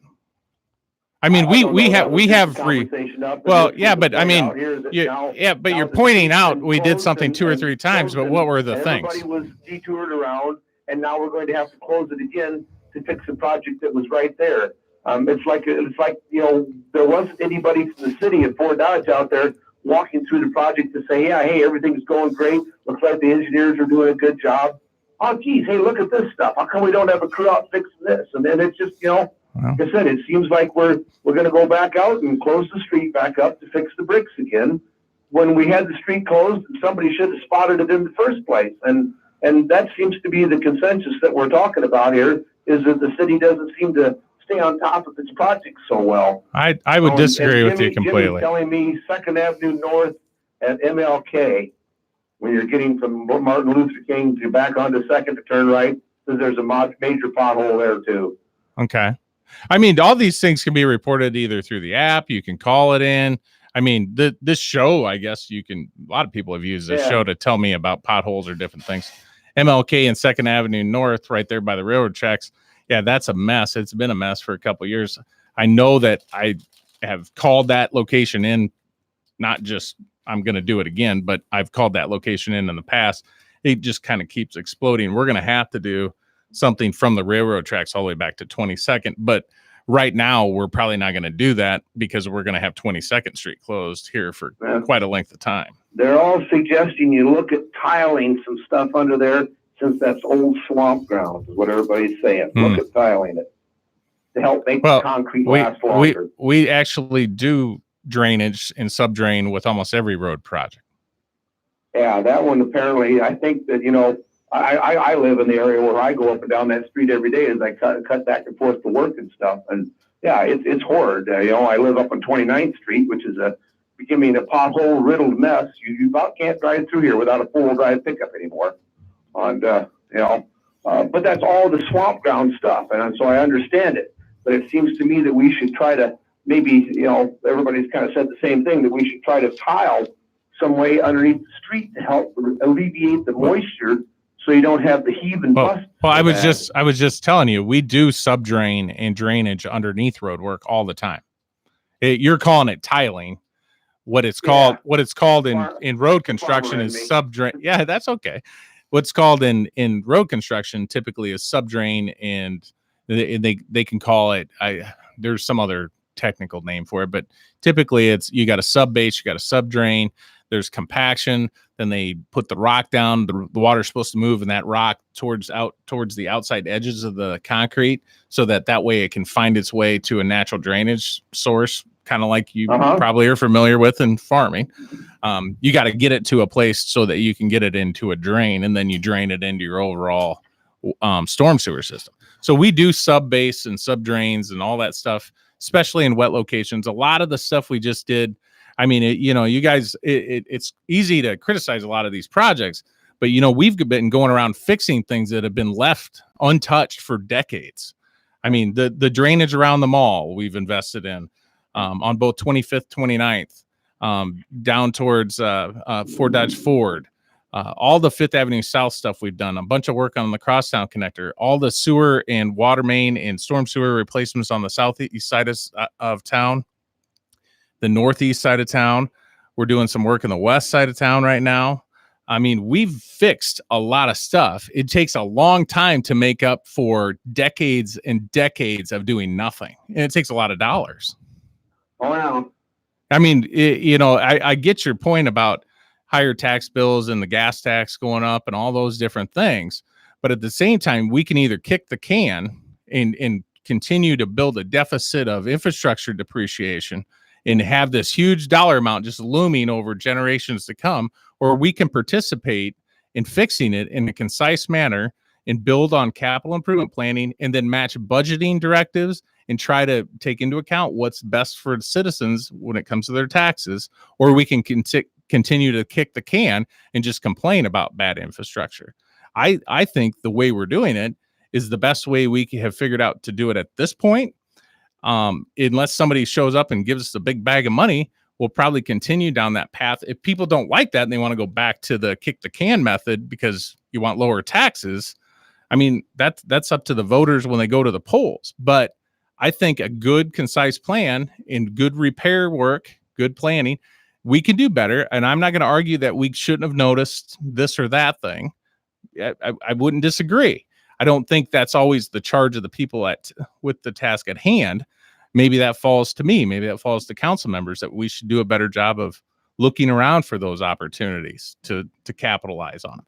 But all those things said, Fort Dodge, in my opinion, infrastructure-wise, is in a way better place than we were a decade ago and a decade before that. And it's going to get better and continue to get better, but we're still only spending a minute fraction of the depreciation of all this infrastructure. And that's nationwide a problem. Well, I'd have to say that's the absolute truth. I'm going to have to break in here because I'm out of cookies. But I want to thank you for that. Thank you very much. This is AM 1400 KVFD, the voice for Dobbs. I still wonder if he wasn't talking to Kelvin and Hobbs there. But anyway, we'll be back with the mayor. Michael Devine at AM 1400. In the name of justice and the American way of life. With 60 rounds of freedom. All right, this is AM 1400 KVFD, the voice of Fort Dodge. The news and the mayor coming up.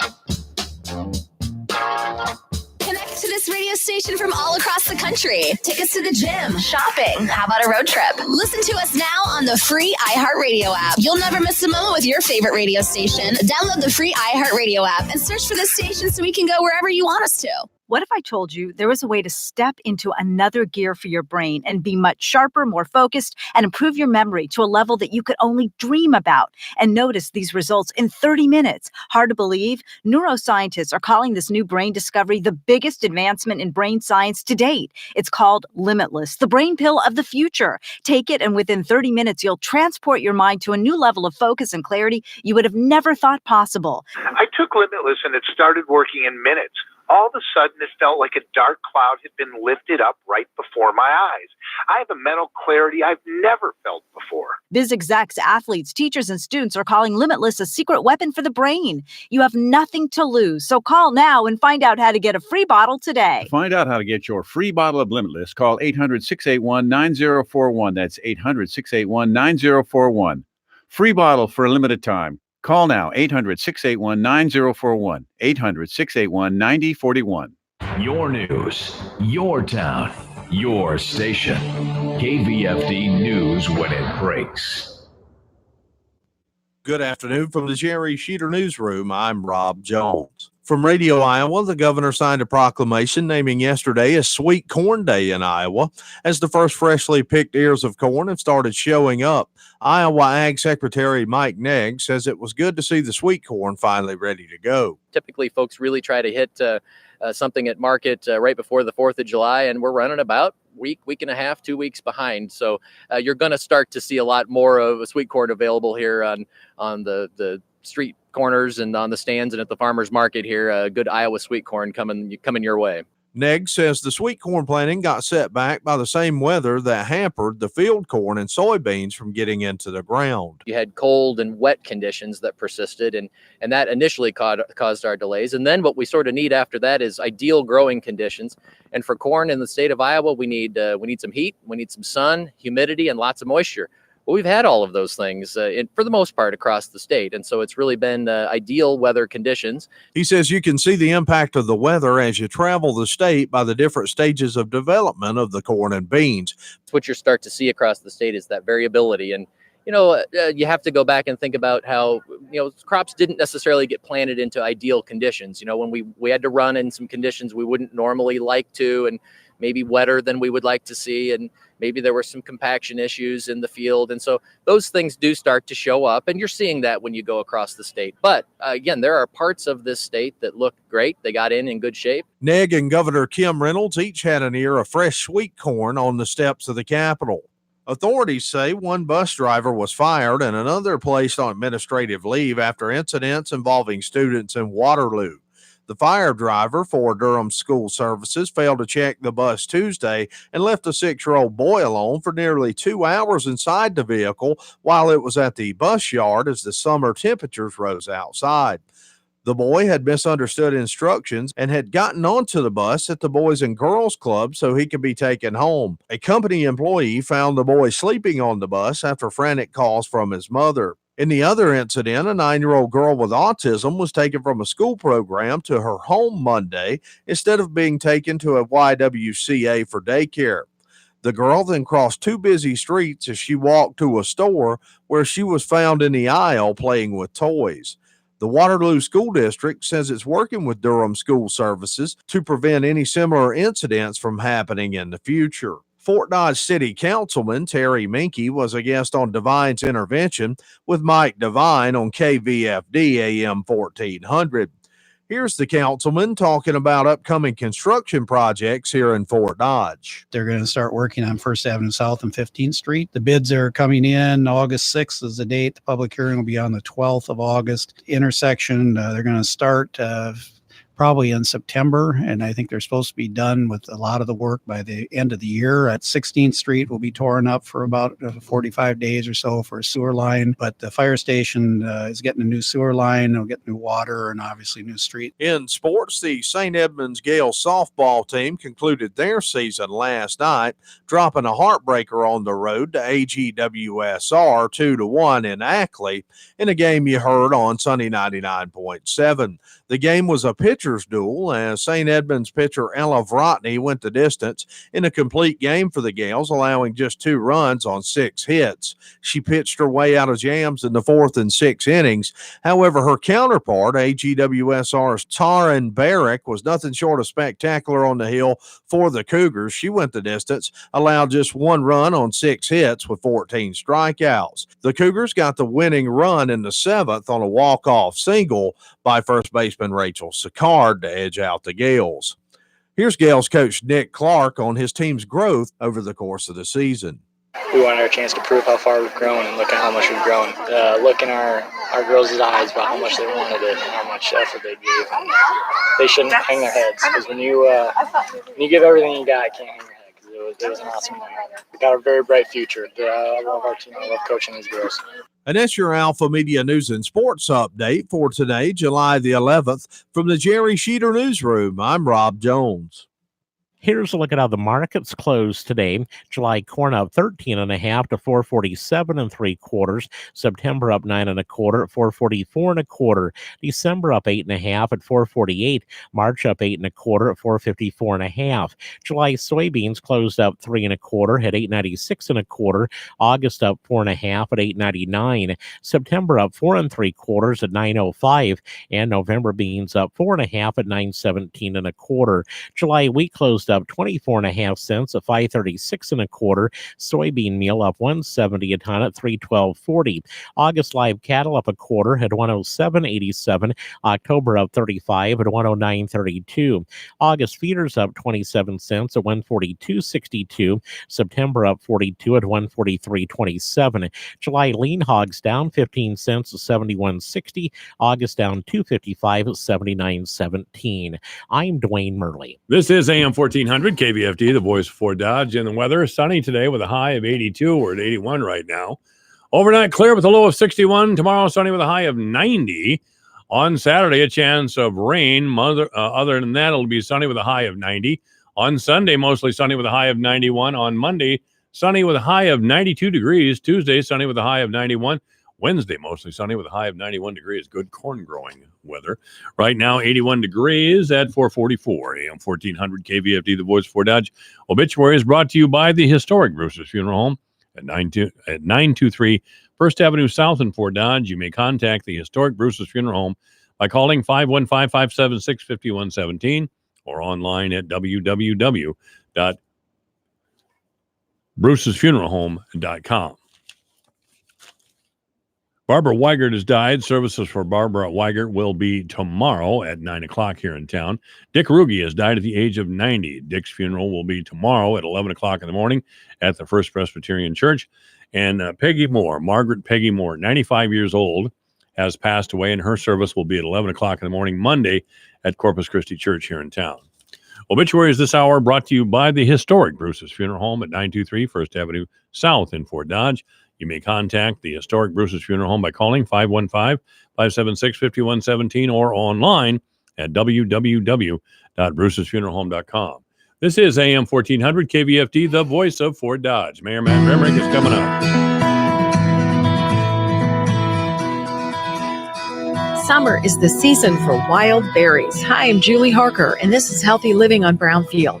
One of the most popular wild berries is the blackberry, and they grow among thorns. Wear long pants and long sleeves when picking them. Other wild berries that are summer favorite are mulberries from the mulberry tree. Their fruit is dark and juicy and kind of look like blackberries, but there are no thorns involved. In fact, you can put a blanket or cloth under the tree and give the limbs a good shake to get the mulberries to the ground.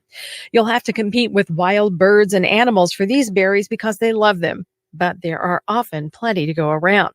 Now, with gooseberries, when they're unripe and still green, they're used for pies.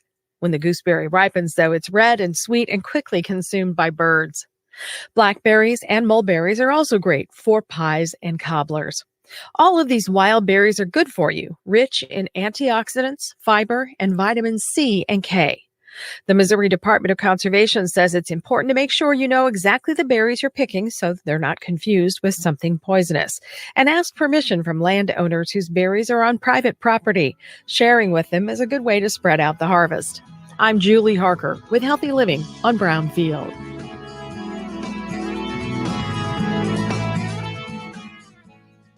Man, I love my kids so much. I once sat for 3 hours in the cold rain to watch her soccer team lose by 18 goals.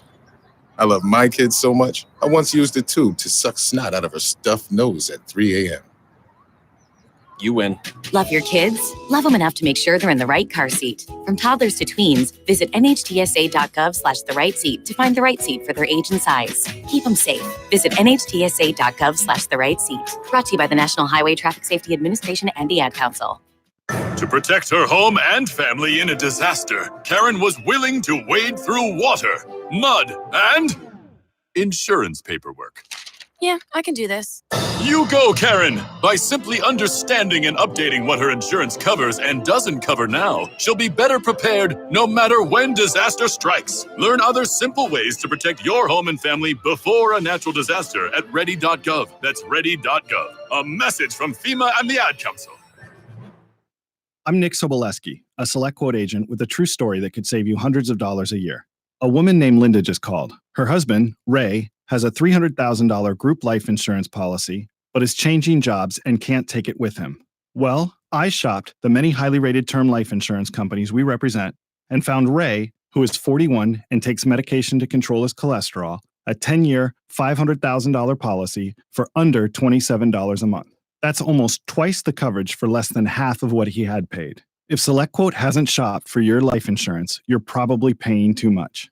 For your free quote, call 800-714-2553. That's 800-714-2553.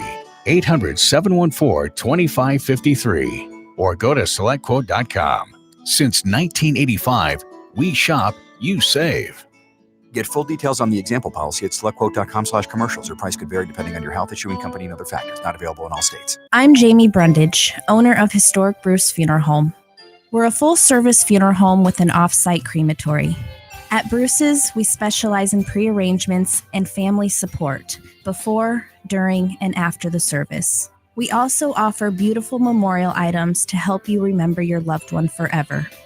Bruce Funeral Home is proud to be by your side every step of the way throughout the funeral process. Historic Bruce Funeral Home, Fort Dodge.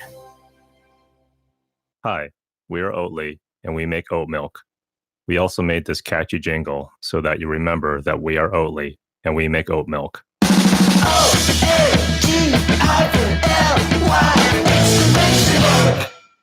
To protect his family from disaster, Steve used his camera phone. Done. By taking pictures of his important documents, Steve can always have them stored online. Learn more simple disaster prep tips at ready.gov. A message from FEMA and the Ad Council.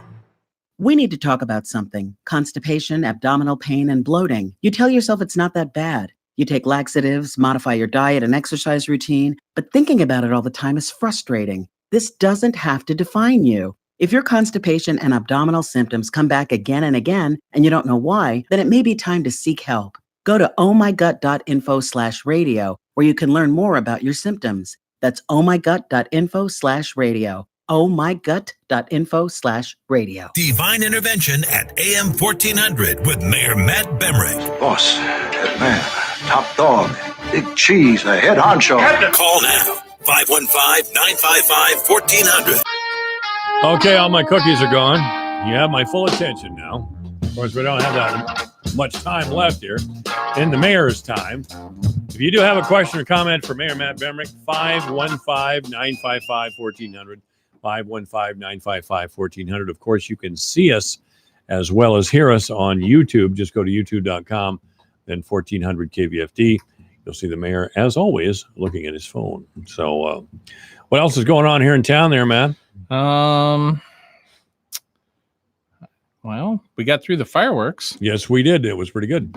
And by the way, here's good news. Did you see the paper the other day? What? With all the calls for complaint on fireworks? I did, but I had Roger. Holy cow. Well, I had Roger Porter in here, though, Mm-hmm. on Tuesday. Yeah. And long story short, the calls and the citations were way down this year. In my neighborhood, I don't have to tell you. Your neighborhood's kind of my neighborhood. Yeah, I know it is. And the first year over there was terrible, as you may recall.